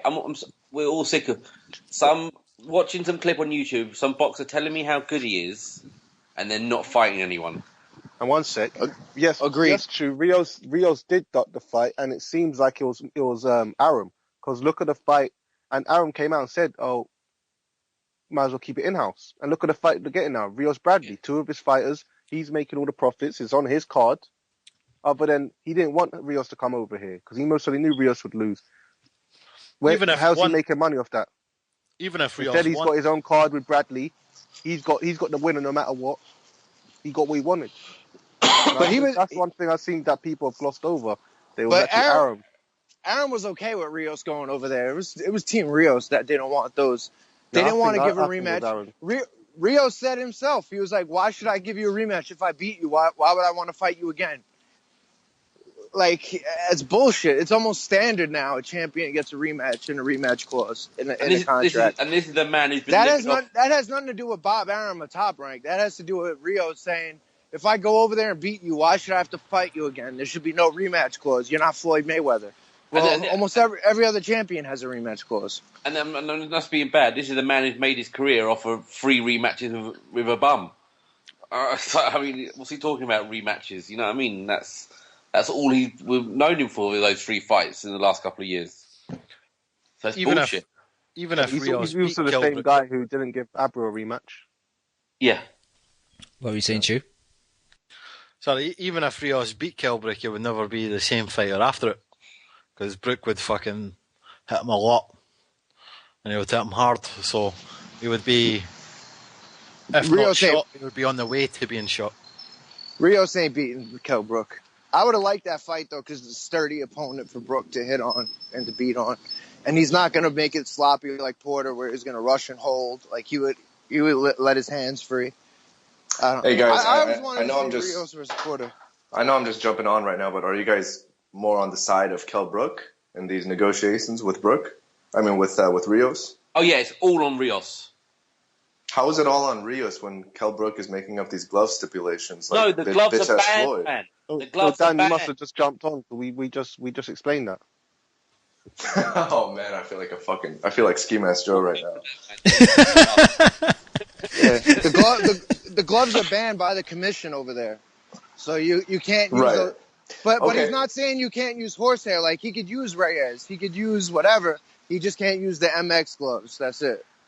That's fair. But so what's the rematch stipulation like? So if what do you call it? Kell Brook is just demanding a rematch class for both sides, or like a win or a loss, or is it strictly just a loss? It's generally like a champion contract. If they lose, they have a rematch clause if they choose to exercise it.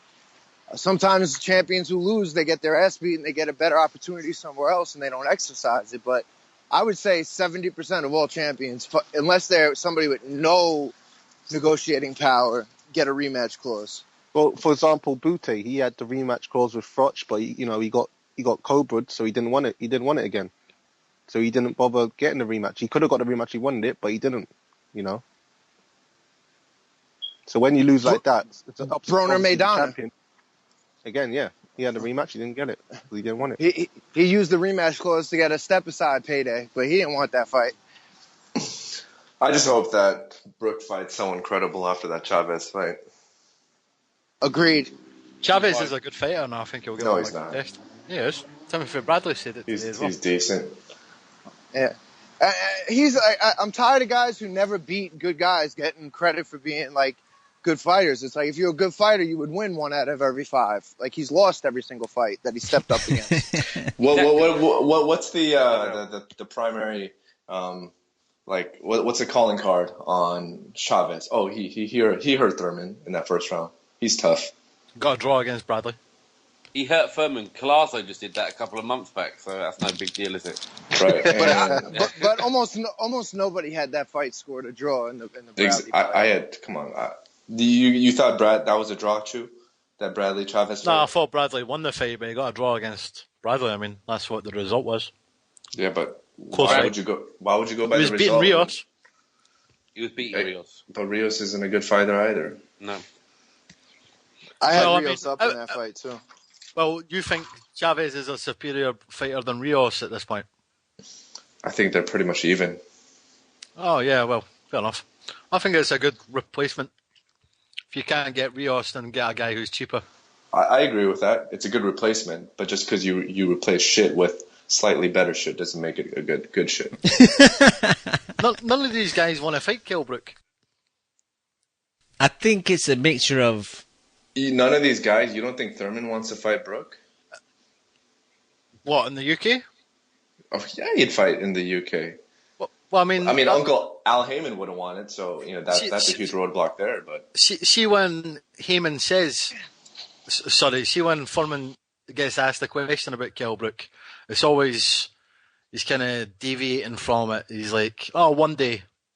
It's like when he gets asked a question about Errol Spence, it's like, "Oh, one day." In the future. The problem is Al ain't letting anybody go to the UK because then Al's going to lose control of the card, and he's going to be like, he can't dominate it with US TV. He's just not letting anybody go over there. Yeah. Like, he had Frampton, and he didn't even let Frampton fight over there. Like, And this is why I fucking hate criticizing fighters, because you can't even criticize fighters anymore, because there's these guys who control all the fighters behind the scenes, like Al Heyman. So every single thing that a fighter does, you can always defend it by saying his promoter doesn't want that to happen. Therefore, it's not bad that he does such and such. Yeah, and Hearns you can't really blame Kell Brook for anything. As much as I hate his recent string of opposition, a lot of it is based on what you just mentioned, Shu. Like, these guys can just hide behind the promoters and not have to take any blame for it. Yeah, and Hearns in this catch-22 situation where he wants the big fights for Brook, but he's too cheap to pay the big names, and also some of the names are wary to come over to the UK just because of past decisions with referees and judges, etc. And Hearn doesn't want Brook to go over to the States to fight any of these guys, so it's just we're either gonna get Brook signing with Heyman at one point, or Brook just continuing to fight weak opposition, which is just gonna destroy his credibility. Because he wants to beat fucking Floyd Mayweather's record, so that's the Gavin rematch 14 times, and then he'll beat his record. But that's the Al Heyman plan, and that's how he plans on getting every fighter. He's not going to match any of his guys with you, and you're not going to get the payday until you sign with him. Yeah. And that's how he's going to try to snake every fighter by shutting other people out. And that's the plan. Yeah, because it's a shame, like, Brook gained a lot of fans in the States. I remember listening to Boxing Voice episodes. Yeah, the Porter podcast. Go back and listen to that. Yeah, that podcast, like the Boxing Voice afterwards, so many callers were phoning up saying, oh, I'm really high on Kell Brook now. And he just destroyed his momentum. Exactly. That's a perfect word to use. I mean, how many people don't even remember that performance anymore, it seems like, right? Yep. That fight was exactly. It's so far gone. I know, like my boy Drizzy would say, it's just so far gone, man. All right, let's move on. I promised Boxing Analyst 1 in the chat that I would ask you guys his question. It's probably more for Chu, Leon, and Ari, but it's regarding Mitchell Smith winning Young Boxer of the Year for beating Journeyman. Has that ever happened before? Eggington should have got that. What do you guys think? Do you think Mitchell Smith deserved that shit? Or I personally agree with him. I think Eggington. Who gave him that award? Sky Sports? Nah. They wouldn't give it that much time. They wouldn't give it to him. I think it'll probably be some Boxing Writers Association, possibly. I'm going to Google it now, unless... Analyst is right, though. Analyst is right, Egerton should have got it. Yeah, I like Mitchell Smith, but yeah, it's true. Who's Mitchell Smith really beat? Egerton, he's had a great year. I think maybe judgments were clouded with that knockout Mitchell Smith got. Do you remember when he hit the guy and he knocked him out clean and he hit him with a few combinations afterwards? Oh, he hit him with 4 punches. Yeah. That was an amazing knockout. That. Well, the guy who looked about 4 weights smaller than him. Yeah, that was an issue. Another Warren special. Yep. Who's he for? Let's be honest. No one. Yep. To win that, he's fought no one. Yeah, that's bullshit. At least Eggington's got a couple of British names, not world names. He's got some British names on there, hasn't he? And he's actually in a step-up fight, so you've got to be given credit for taking a fight against Gavin. And Smith's got no one. All Smith is doing Eiffel London videos telling us that he can beat Lomachenko. So he must be soft in the head. That's true, actually. Black Ski Mask Joe sent me a picture today. It was of the card for... Yeah, I saw that shit, yeah. Birmingham. He's not funny. Battle of the Brum. And he misread it and thought it said Battle of the Bums, which is quite funny. To be honest, it's the first thing I saw when I first saw that poster as well. I thought they could have worded it a bit better. Should have asked my boy Hamada for a tagline. Oh, shit. Where the hell is Hamada? We've lost him. He's out in the wilderness. I don't know what's happened to him. No, I think he's moved and he's busy with work and his new place hasn't got internet yet. And he hates boxing. And he hates boxing as well. Oh, yeah. All right. Any other questions from our dedicated and much revered listeners? Now we'll move on. Just want to get a quick opinion on Ola Afolabi getting stripped. Ramirez had the interim belt, so now I think he's becoming the full champ. And my boy, the upsetter, Big Over McKenzie, getting a shot at the world title, man. I'm happy for Over McKenzie, man. He's such a nice guy, and he's rarely in a boring fight. Yeah, he's brilliant, and he deserves it. Who's eating?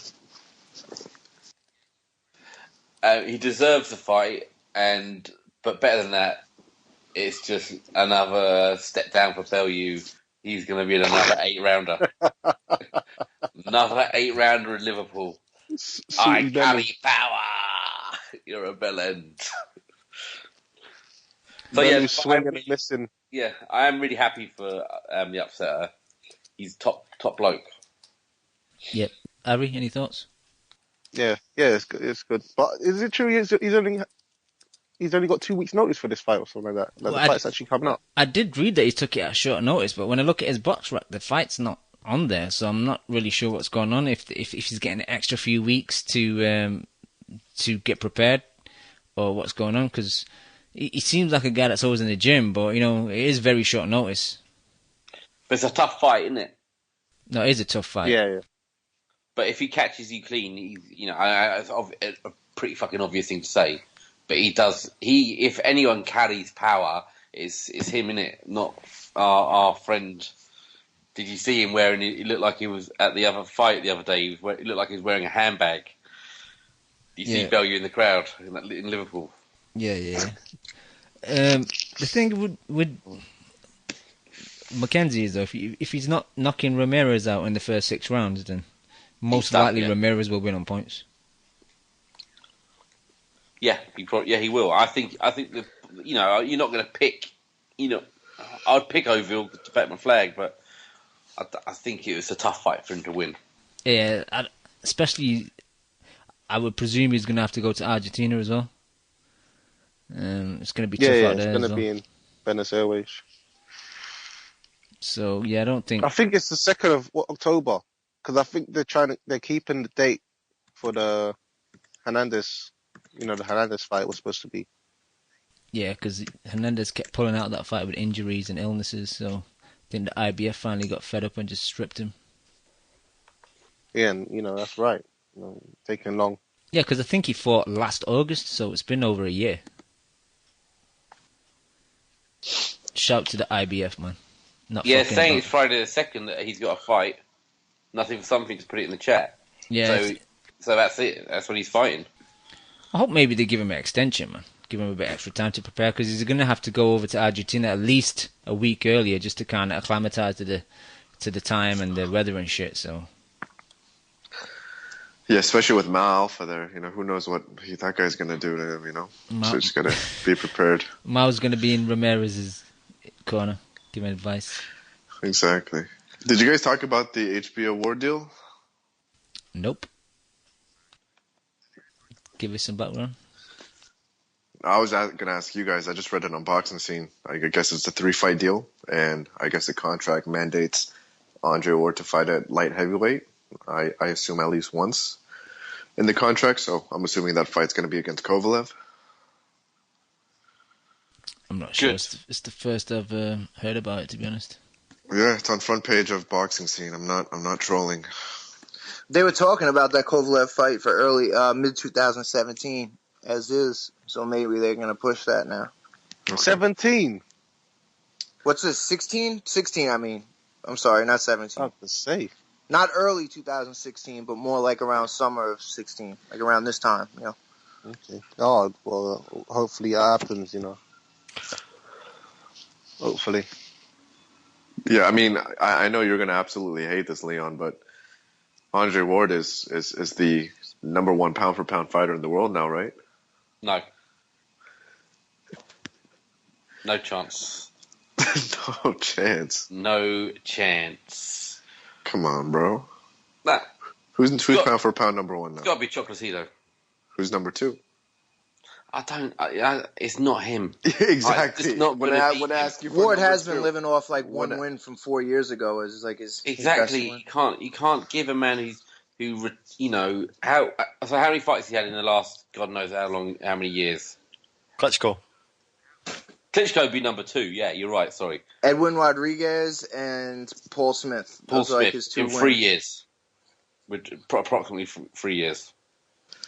I mean, you can't be number 1 in the world off skill alone. You got to have some resume. Well, Klitschko doesn't have a resume. Yeah. Well, what sucks is he fought everyone he can fight. It's not his fault. There's no one left. But that's a different question. That's a different argument, though. If Andre Ward moves up, though, it's difficult to have a heavyweight in a pound for pound list anyway. But anyway. Yeah, but I'm sorry. Go ahead, Kev. If Andre Ward moves up, then we lose the Triple G fight. And now we're basically going to go Triple G's whole prime of his career without a top level fighter. That's a great That's a great point. That's a great ripple effect. Unless he goes to 175 the way B-Hop did. Which would be utterly insane because Triple G's not a very big guy. So yeah, that's crazy. Isn't that crazy to think about? I mean, Triple G might have literally no one to fight in his entire reign as a really good fighter. But everyone tells me how good Andre Durrell is, so why can't he fight him? Who tells you that Andre Durrell's a really good fighter? Every fucker, every Yank I ever speak to, apart from you. Oh, stop it! He's the most gifted boxer, and Ward's been ducking him for years and all this shit. Ward's got a lot of guys to fight at 168. Everybody says it's a shit division, but I'd still fancy DeGale. Yeah, Ward could fight DeGale, he could fight Durrell, but 175 is where it's at. I don't know, I think Triple G could go up to 175 if like guys like Stevenson are there and fight Stevenson and Kovalev. I don't think that's too far beyond realm, but this whole unification thing, which is going to take at least another 2-3 more fights, is basically just saying by the time you're 35, you're not going to fight a good fighter. And that's not good. Yeah, I was watching a video on YouTube. Guy Alvarez was fighting. He was in Big Bear, and Triple G was showing him some moves and shit. That's it. That's the light heavyweight Alvarez. And to me, just the two of them standing next to each other, like Golovkin's tiny, man. He was showing Sullivan Barrera too. Golovkin's fight on small, the inside, man. and Barrera's in 175. Yeah. Sorry, that was it. Barrera, yeah, and he was showing him how to place his head under his chin and shit. Is that the same video? Yeah. Golovkin's small, bro. If you want to compare Golovkin, especially to Kovalev, yeah, he's tiny. Isn't the he? size differences. Imagine, and don't believe Abel Sanchez's bullshit about Golovkin dropping Kovalev. Maybe Golovkin did drop Kovalev, but at some point, I don't think Golovkin can overcome that size differential. Golovkin needs to put a muzzle on that geezer. I've heard stories about Kovalev. He might not be able to flip the switch in sparring because I've heard of like just decent guys. Basically, he doesn't like getting hit or touched by him, and he probably is one of those animals that in sparring he doesn't flip that switch, so he's going about half speed. And Golovkin probably did beat him up a little bit, but there's a big difference between sparring and fighting, And I think we underrate Kovalev when we discuss fighters who've improved substantially. You know how we bring up Maidana a lot. I think Kovalev has improved incredibly since he first came on into the scene. And I think that's a credit to John David Jackson. Like if you compare Kovalev, who fought last, and then the Kovalev who fought when he started coming up in the scenes, like this guy's just a much more polished fighter than he once was. Yeah, I agree with that. He's a very good all around fighter now. Maybe not defensively, and maybe not. He's not very. He can't fight on his back foot. We all know that, but I think other than that, he's pretty complete. But you got to put him on his back foot. Not many people are doing that. Exactly. Who can do that? Exactly, and that's why I want to see the Ward Kovalev fight more than I want to see the Ward Triple G fight, because Ward can't manhandle and walk Kovalev all over the ring like he does to everyone else. But I don't think he could do that to Triple G just because of Triple G's punching power and his technique. And Triple G's balance and footwork is probably, besides his power, is probably the best thing that he has going for him. And I don't think that rough-it-up stuff is going to work for him. You're right, because I thought he was just like Andre Berto. No, how can he be like Andre Berto? Don't worry. Yeah, don't worry. That's Yo. He's just like 2005 Andre Berto.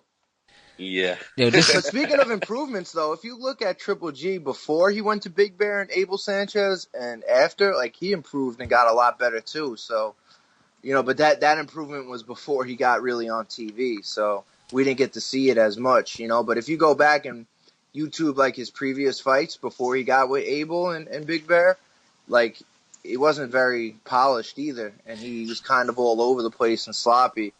and his conditioning definitely got a lot better. Yo, can I jump in and ask you guys a stupid question? Do you think No. Triple G's got slightly worse in the last few fights? Because for me, No. earlier on, I just thought his head movement was a lot better. He was slipping and catching punches. And at the moment, he just seems like he's in beast mode, where he's not really worried about what's coming back, and his face is a lot more marked up in the post-fight interviews. He's not being tested. I know, You but said just it yourself, Cam. He's not worried about what's coming back. yeah, but that's a bad habit to get into, Kev. It is.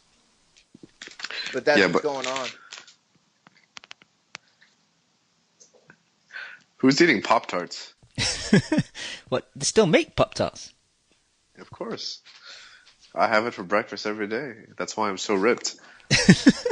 I eat them cold. I don't warm them up. Yeah, but anyways, Cam, I think I agree. When people try to say that certain fighters fight in a poor manner because they don't care about their opposition, 99.9% of the time I'll call bullshit on that.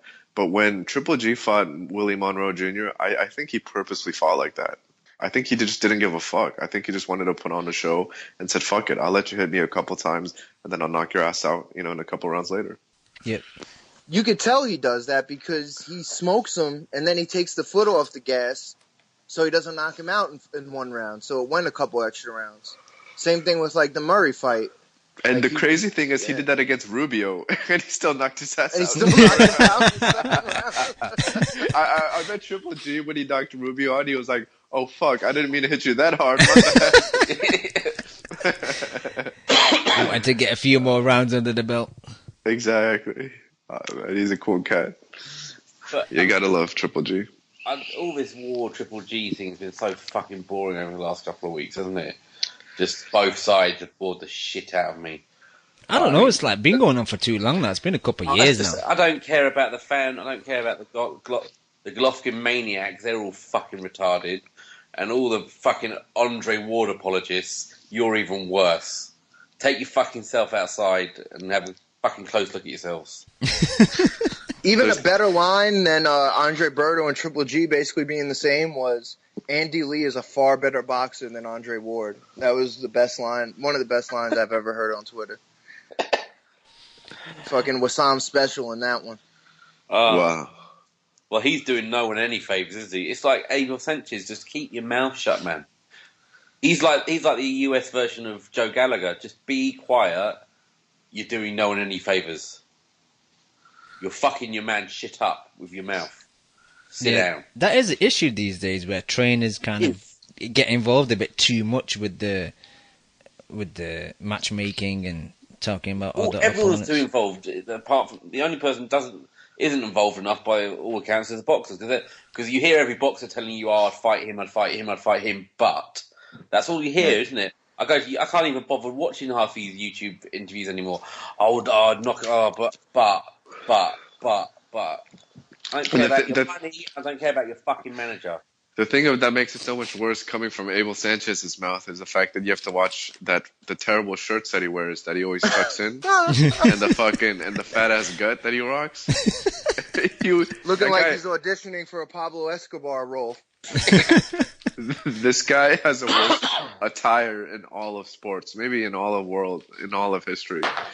Well, what was he doing for a while? I mean, he had Terry Norris and that guy and stuff back in the day, but who has he had in the last 20 years when he had that good facility up there? Like, that's what I'm saying. I think it's the facility that really drove his career, other than vice versa, right? I think he just hit the jackpot with Triple G, with Big Bear. Yeah. I was gonna say, apart from Triple G, who's his probably next best fighter?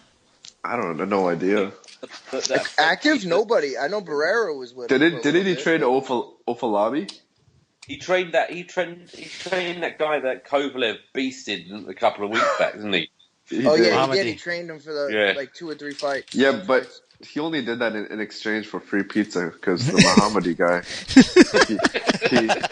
he owns like a pizza stand, I heard. So they're thinking about opening up a pizza venture over in Big Bear. So. Shit, man. Today's a funny show. All right, let's move on, guys. Talk about next week. Let's shit on Deontay Wilder a bit. Why is he fighting this guy? Why is this fighting? Who's he fighting? He's fighting. I love it when Chu does that. Sometimes he goes, "Oh yeah." He's fighting What would Johan. you call him? What would you call him, Chu? A fucking bum. No. What is he? He's a French Surrenderer. He's another French tickler, isn't he? Oh, he's a French stickler. Yeah. Yeah. Yeah. I don't even know who this guy is. Never heard of this guy. Same, mate. I don't know. But Lou DeBellas was trying to tell us on Twitter earlier in the week that he was good, He's ranked. but he got shut. That was brilliant. He got shut down. Everyone just abused the fuck out of him when he put all those comments out. This Johan Dupas, however you pronounce his name, is ranked. Duplessis, I suppose it was Duplessis or something like that. Yeah, Duplessis? You got the Ah oui? French. Oh, Duplessis, you know. Oh yeah, Duplessis. Comment ça va? Bravo. Ah, beaucoup merci. All right, he's See, ranked. the thing, it's always bad when, like, the A side is trying to justify the fight, like in the statement, you know, in the press release, like Floyd Mayweather does it, try to justify the Andre Berto fight.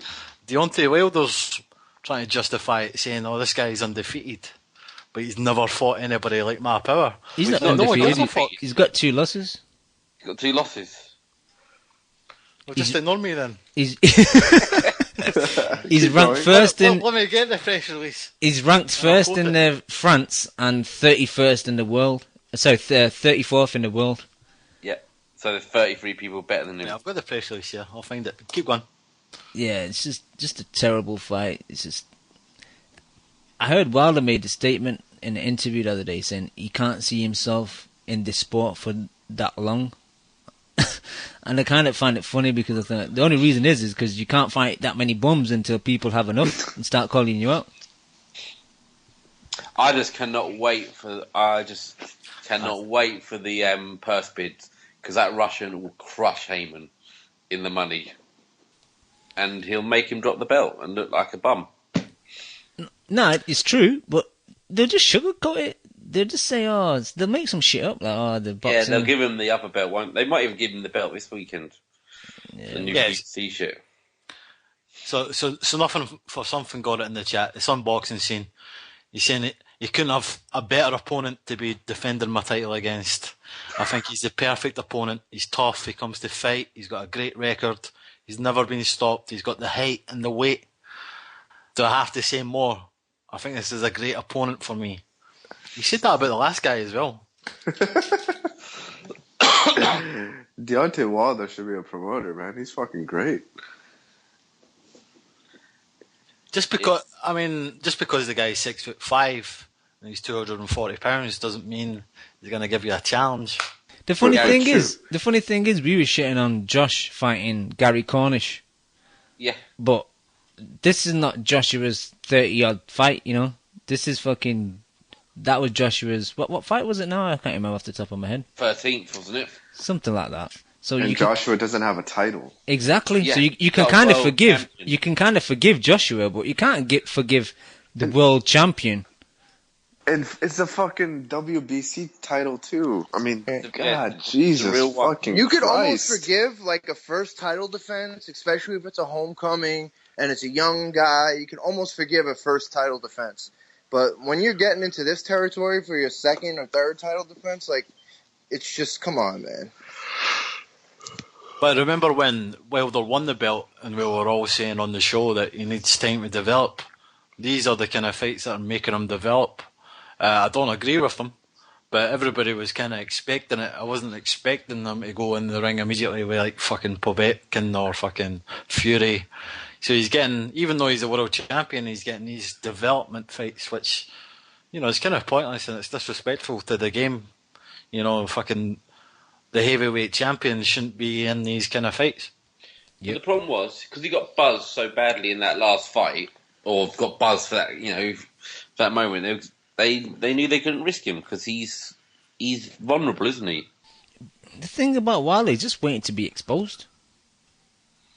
So why keep protecting him? Because eventually he's just going to get exposed. So you might as well just, you know, give him, you know, make him tough, man. Fight tough guys. And if you win, then it makes you better. And this is not a thing about an American fighter. This guy who Marky Mark TMT in the chat. Kell Brook's second defence against Gavin was fucking disgusting, and we all said it. So it's not about him because he's an American or anything like that. It's because he's fighting a bum. Yep. Unlike some of you guys, I do see some talent in Wilder. He could be a good fighter one day, but you know, you shouldn't be holding a belt hostage in the meantime. I think if in a couple of years, because he started off boxing relatively late, in a couple of years, he could be a really good fighter, but at the minute he's still a prospect with a belt, which I know it doesn't really make much sense. But that's the PBC for you, man. It's almost like the guy's in there for reasons not to do with ability, but with ticket sales and, you know. Molina's probably the worst heavyweight to fight for a title in the history of the division. And now he's backing it up with probably the second worst guy to fight for a title in the history of the division. True. I mean, that's true. I mean, we're all sick of champions not fighting champions, and it just keeps on carrying on, doesn't it? I just want him to fight. Who could you fight, though? Who could you fight? Well, look, he could fight. Povetkin would kill him. He could fight 33 other people who are better than this guy. There's 33 names he could choose. Let's go for him. See, if you're Al Heyman and you've fucking invested all that money, you're not going to put him in against Povetkin. That's like buying a fucking Range Rover and driving it into that lake. You might do that if you're Mike Alvarado. On Deontay Wilder too, like he's making money. Like you see his cars, his house, like he's doing all right, and he hasn't really fought but one fight. You know, Hey, true. You know what we call that in the States? What? We call that a case of Mike Alvarado. That was my Exactly. joke. That was my joke, Dylan. You stole I it. don't care what I say as well.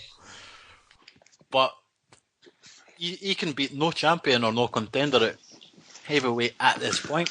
No, what do you think? At this point, in the future, he could, I think. So could he beat Klitschko? No. Povetkin? No. Fury? No. Even that Tekla guy, who fucking spat price out. Tony Thompson's number 7 in the world. Why can't he fight him? Brian Jennings, Carlos Takam. Yeah, exactly. I think Fury versus Wilder would be a fun fight. Yeah, I think it would. The thing is, though, I'm not saying if Fury loses, he's in a fight, isn't he? if Fury loses, That's what I'm saying. I believe in Wilder's punching power, and that's pretty much all you need to stand a chance in that division.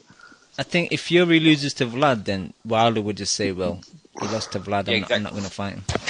But at least Fury took the fight. What's Wilder doing? Yep. That's what Vlad should have done. Vlad should have let Fury fight fucking Deontay and just let those two fuckers beat the shit out of each other and just fight the leftovers. I just think Wilder Fury is a good fight. That's a 50-50 fight. I mean, at least Fury stepping up to try and challenge Vlad. I couldn't see Wilder going to Germany to fight him. Could you? Well, I mean, again, this goes back to what I said initially regarding fighters hiding behind their promoters, right? Heyman would never let that happen. Yep.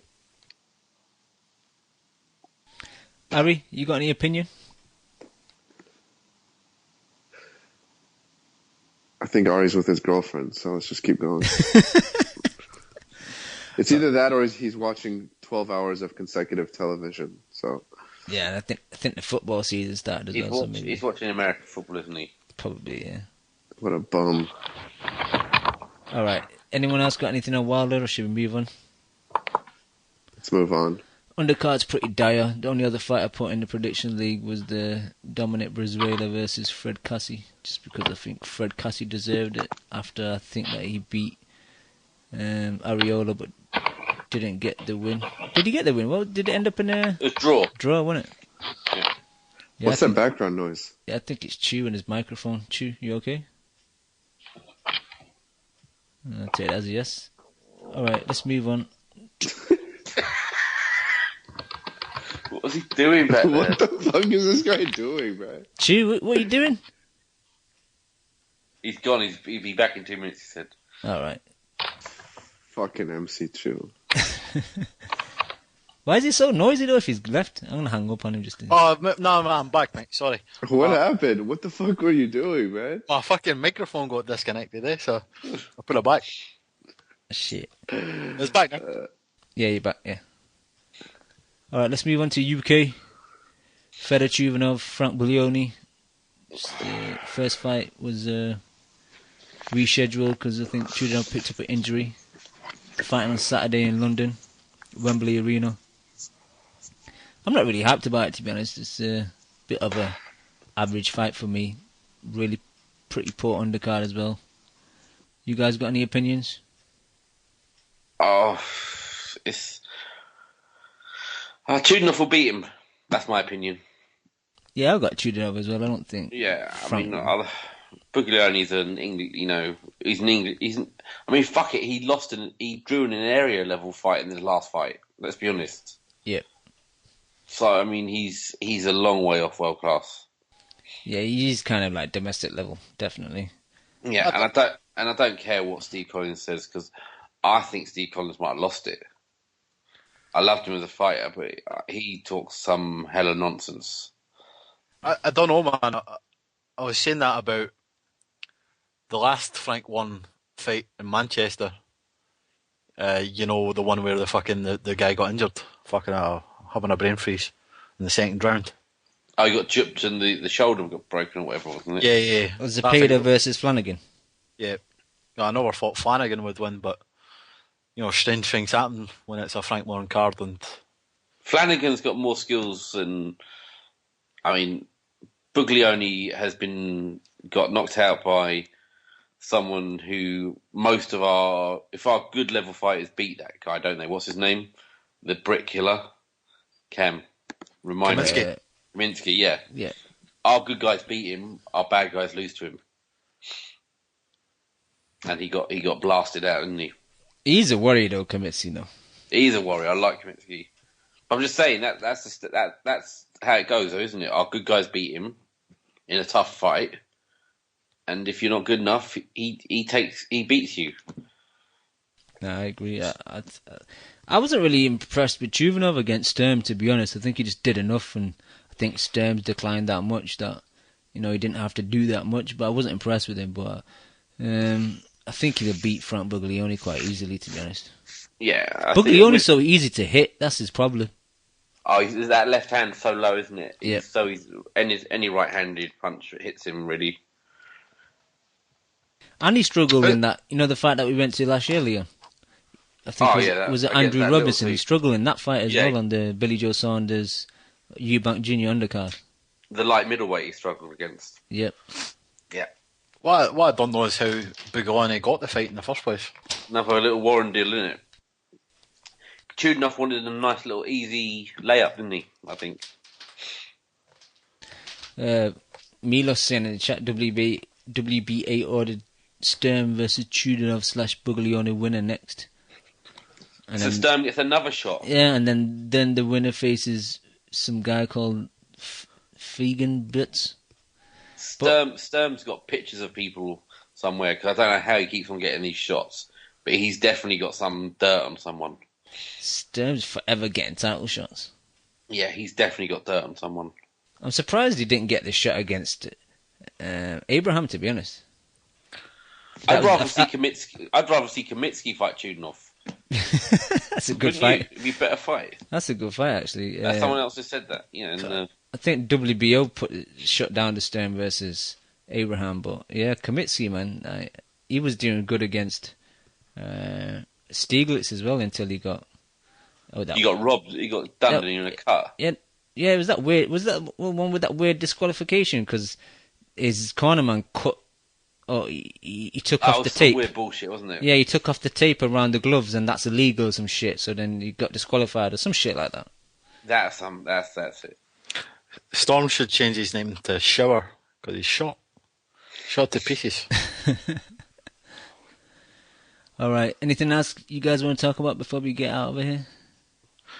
Yeah, we didn't talk about Groves parting ways with Paddy Fitzpatrick. Not much to say, really. I feel bad for.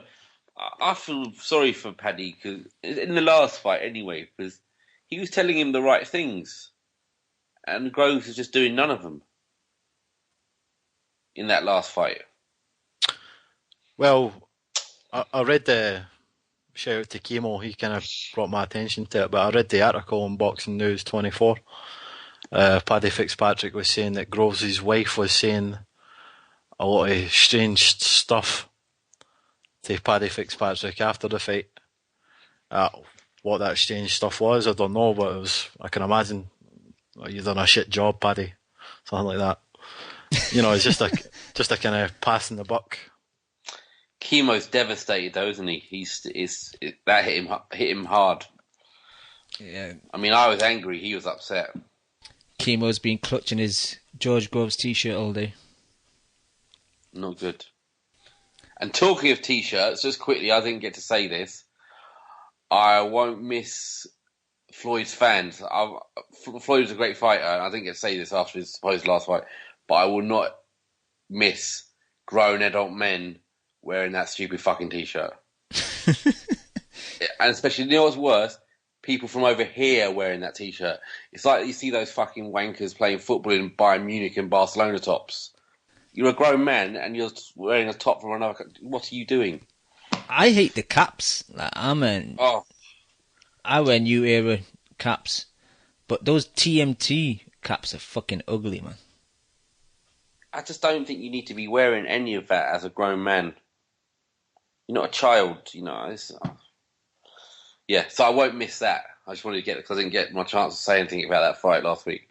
But that's my biggest. That's the best thing about him going. It's a bit random, just. Yeah, no, I just because I was like ill in bed last week, having to listening to a million podcasts going on about it. And I don't think I ever heard anyone say that, and that's the thing I'm most grateful for. Yeah, wearing another man's money, it's embarrassing. If you wear that hat, then you believe that he is the best ever. TMT or TBE. You know, I kind of like the TMT hat actually. I mean, stylistically, but TBE, you're endorsing the fact that he's the best ever. And no, isn't true. It's worse. The other one is worse. It's you're glorifying and worshipping another man's money. It's embarrassing, man. Fucking embarrassing. That was for you, Brian. You bum. Alright, you guys got anything else? Antonio Margarito coming back. Shit. Oh, yeah. Shit, where's my crickets? Apparently he's in good shape. That's what I read. I don't really want to see him back though, because any damage he takes to his face, his eye's just going to fuck up again. Will they let him fight with braces? Has he had them taken out? I'm not sure, but I don't want to see him coming back, to be honest. What's your thoughts, Chu? Obviously, the kind of plaster and the gloves and the wraps kind of damaged his reputation, but I always liked him as a fighter. That aside, so I think he could come back, but if he goes to 154 with the Sharks in that division, he'll get fucking destroyed. The one thing about Margarito is he was a very big welterweight, and he was kind of bullying fighters. I don't think he can bully anybody at that division. Not anybody good. Do you think 154 is for the Sharks, though? I think 154, apart from a few people, is quite weak, to be honest. I mean, off the top of my head, you've got Andrade, Lara, Canelo, Trout. You can't call Trout a shark. Matt Erosian. You can't call him Now you're reaching, Chew. Matt Erosian, Ishii Smith. I mean, all these guys beat Margarito. The Chavo brothers, Willie Nelson. You're going to say K9 Bundridge in a minute, aren't you? K9 Bondage probably beats Margarito at this point. So yeah, I mean, it'll be a good name for someone. I wonder whether he goes back to Top Rank or he goes to PBC. Top Rank. He had a meeting with Top Rank. That's what Boxing Scene said. Margarito meets with Top Rank. Meeting goes well is the headline. I'd like to see him fight Cotto again, just for the trilogy. Nah, that's not going to happen. What? They should make it a ladders, tables, and chair match for. Kev, you sounding like KH now. Yeah, I know. I mean, Leon, you sound like KH. An Ike versus match. Yeah. All right, let's get out of here. Conversation's running a bit dry. I think Ari's watching some American football, so won't get no final thoughts of him. Yeah. I think I was ranting too much for him. Sorry, Ari. Man, the salt was good. We needed it. We missed it last week. But Leon, you got any final thoughts? Final thoughts. No. I'm done. All right, thank you, Leon. Chew, my boy. Any final thoughts? Nah, it's good show. Yeah, good show. Want to thank all the guys that been on the show today, all the people in the chat, and everyone that downloads the show week in, week out. We'll be back next week. Peace. You just listened to the Boxing Coalition. Dude, man, I love boxing.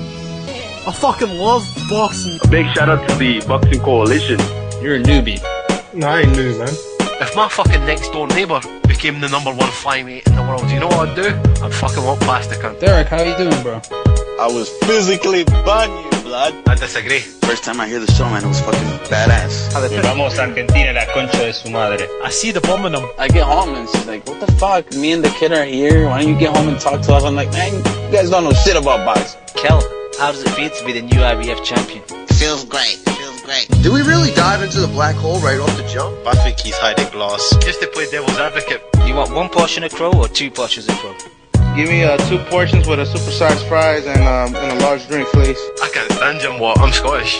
Cringe side? But you won't rush Anthony fucking fat ass Joshua, would you? He's not fat. How about you tell us what you weighed for your final thoughts? My weight? Thank you for listening to the Boxing Coalition. We are live every Monday, 10 p.m. to 1 a.m. UK time, 5 p.m. to 8 p.m. Eastern.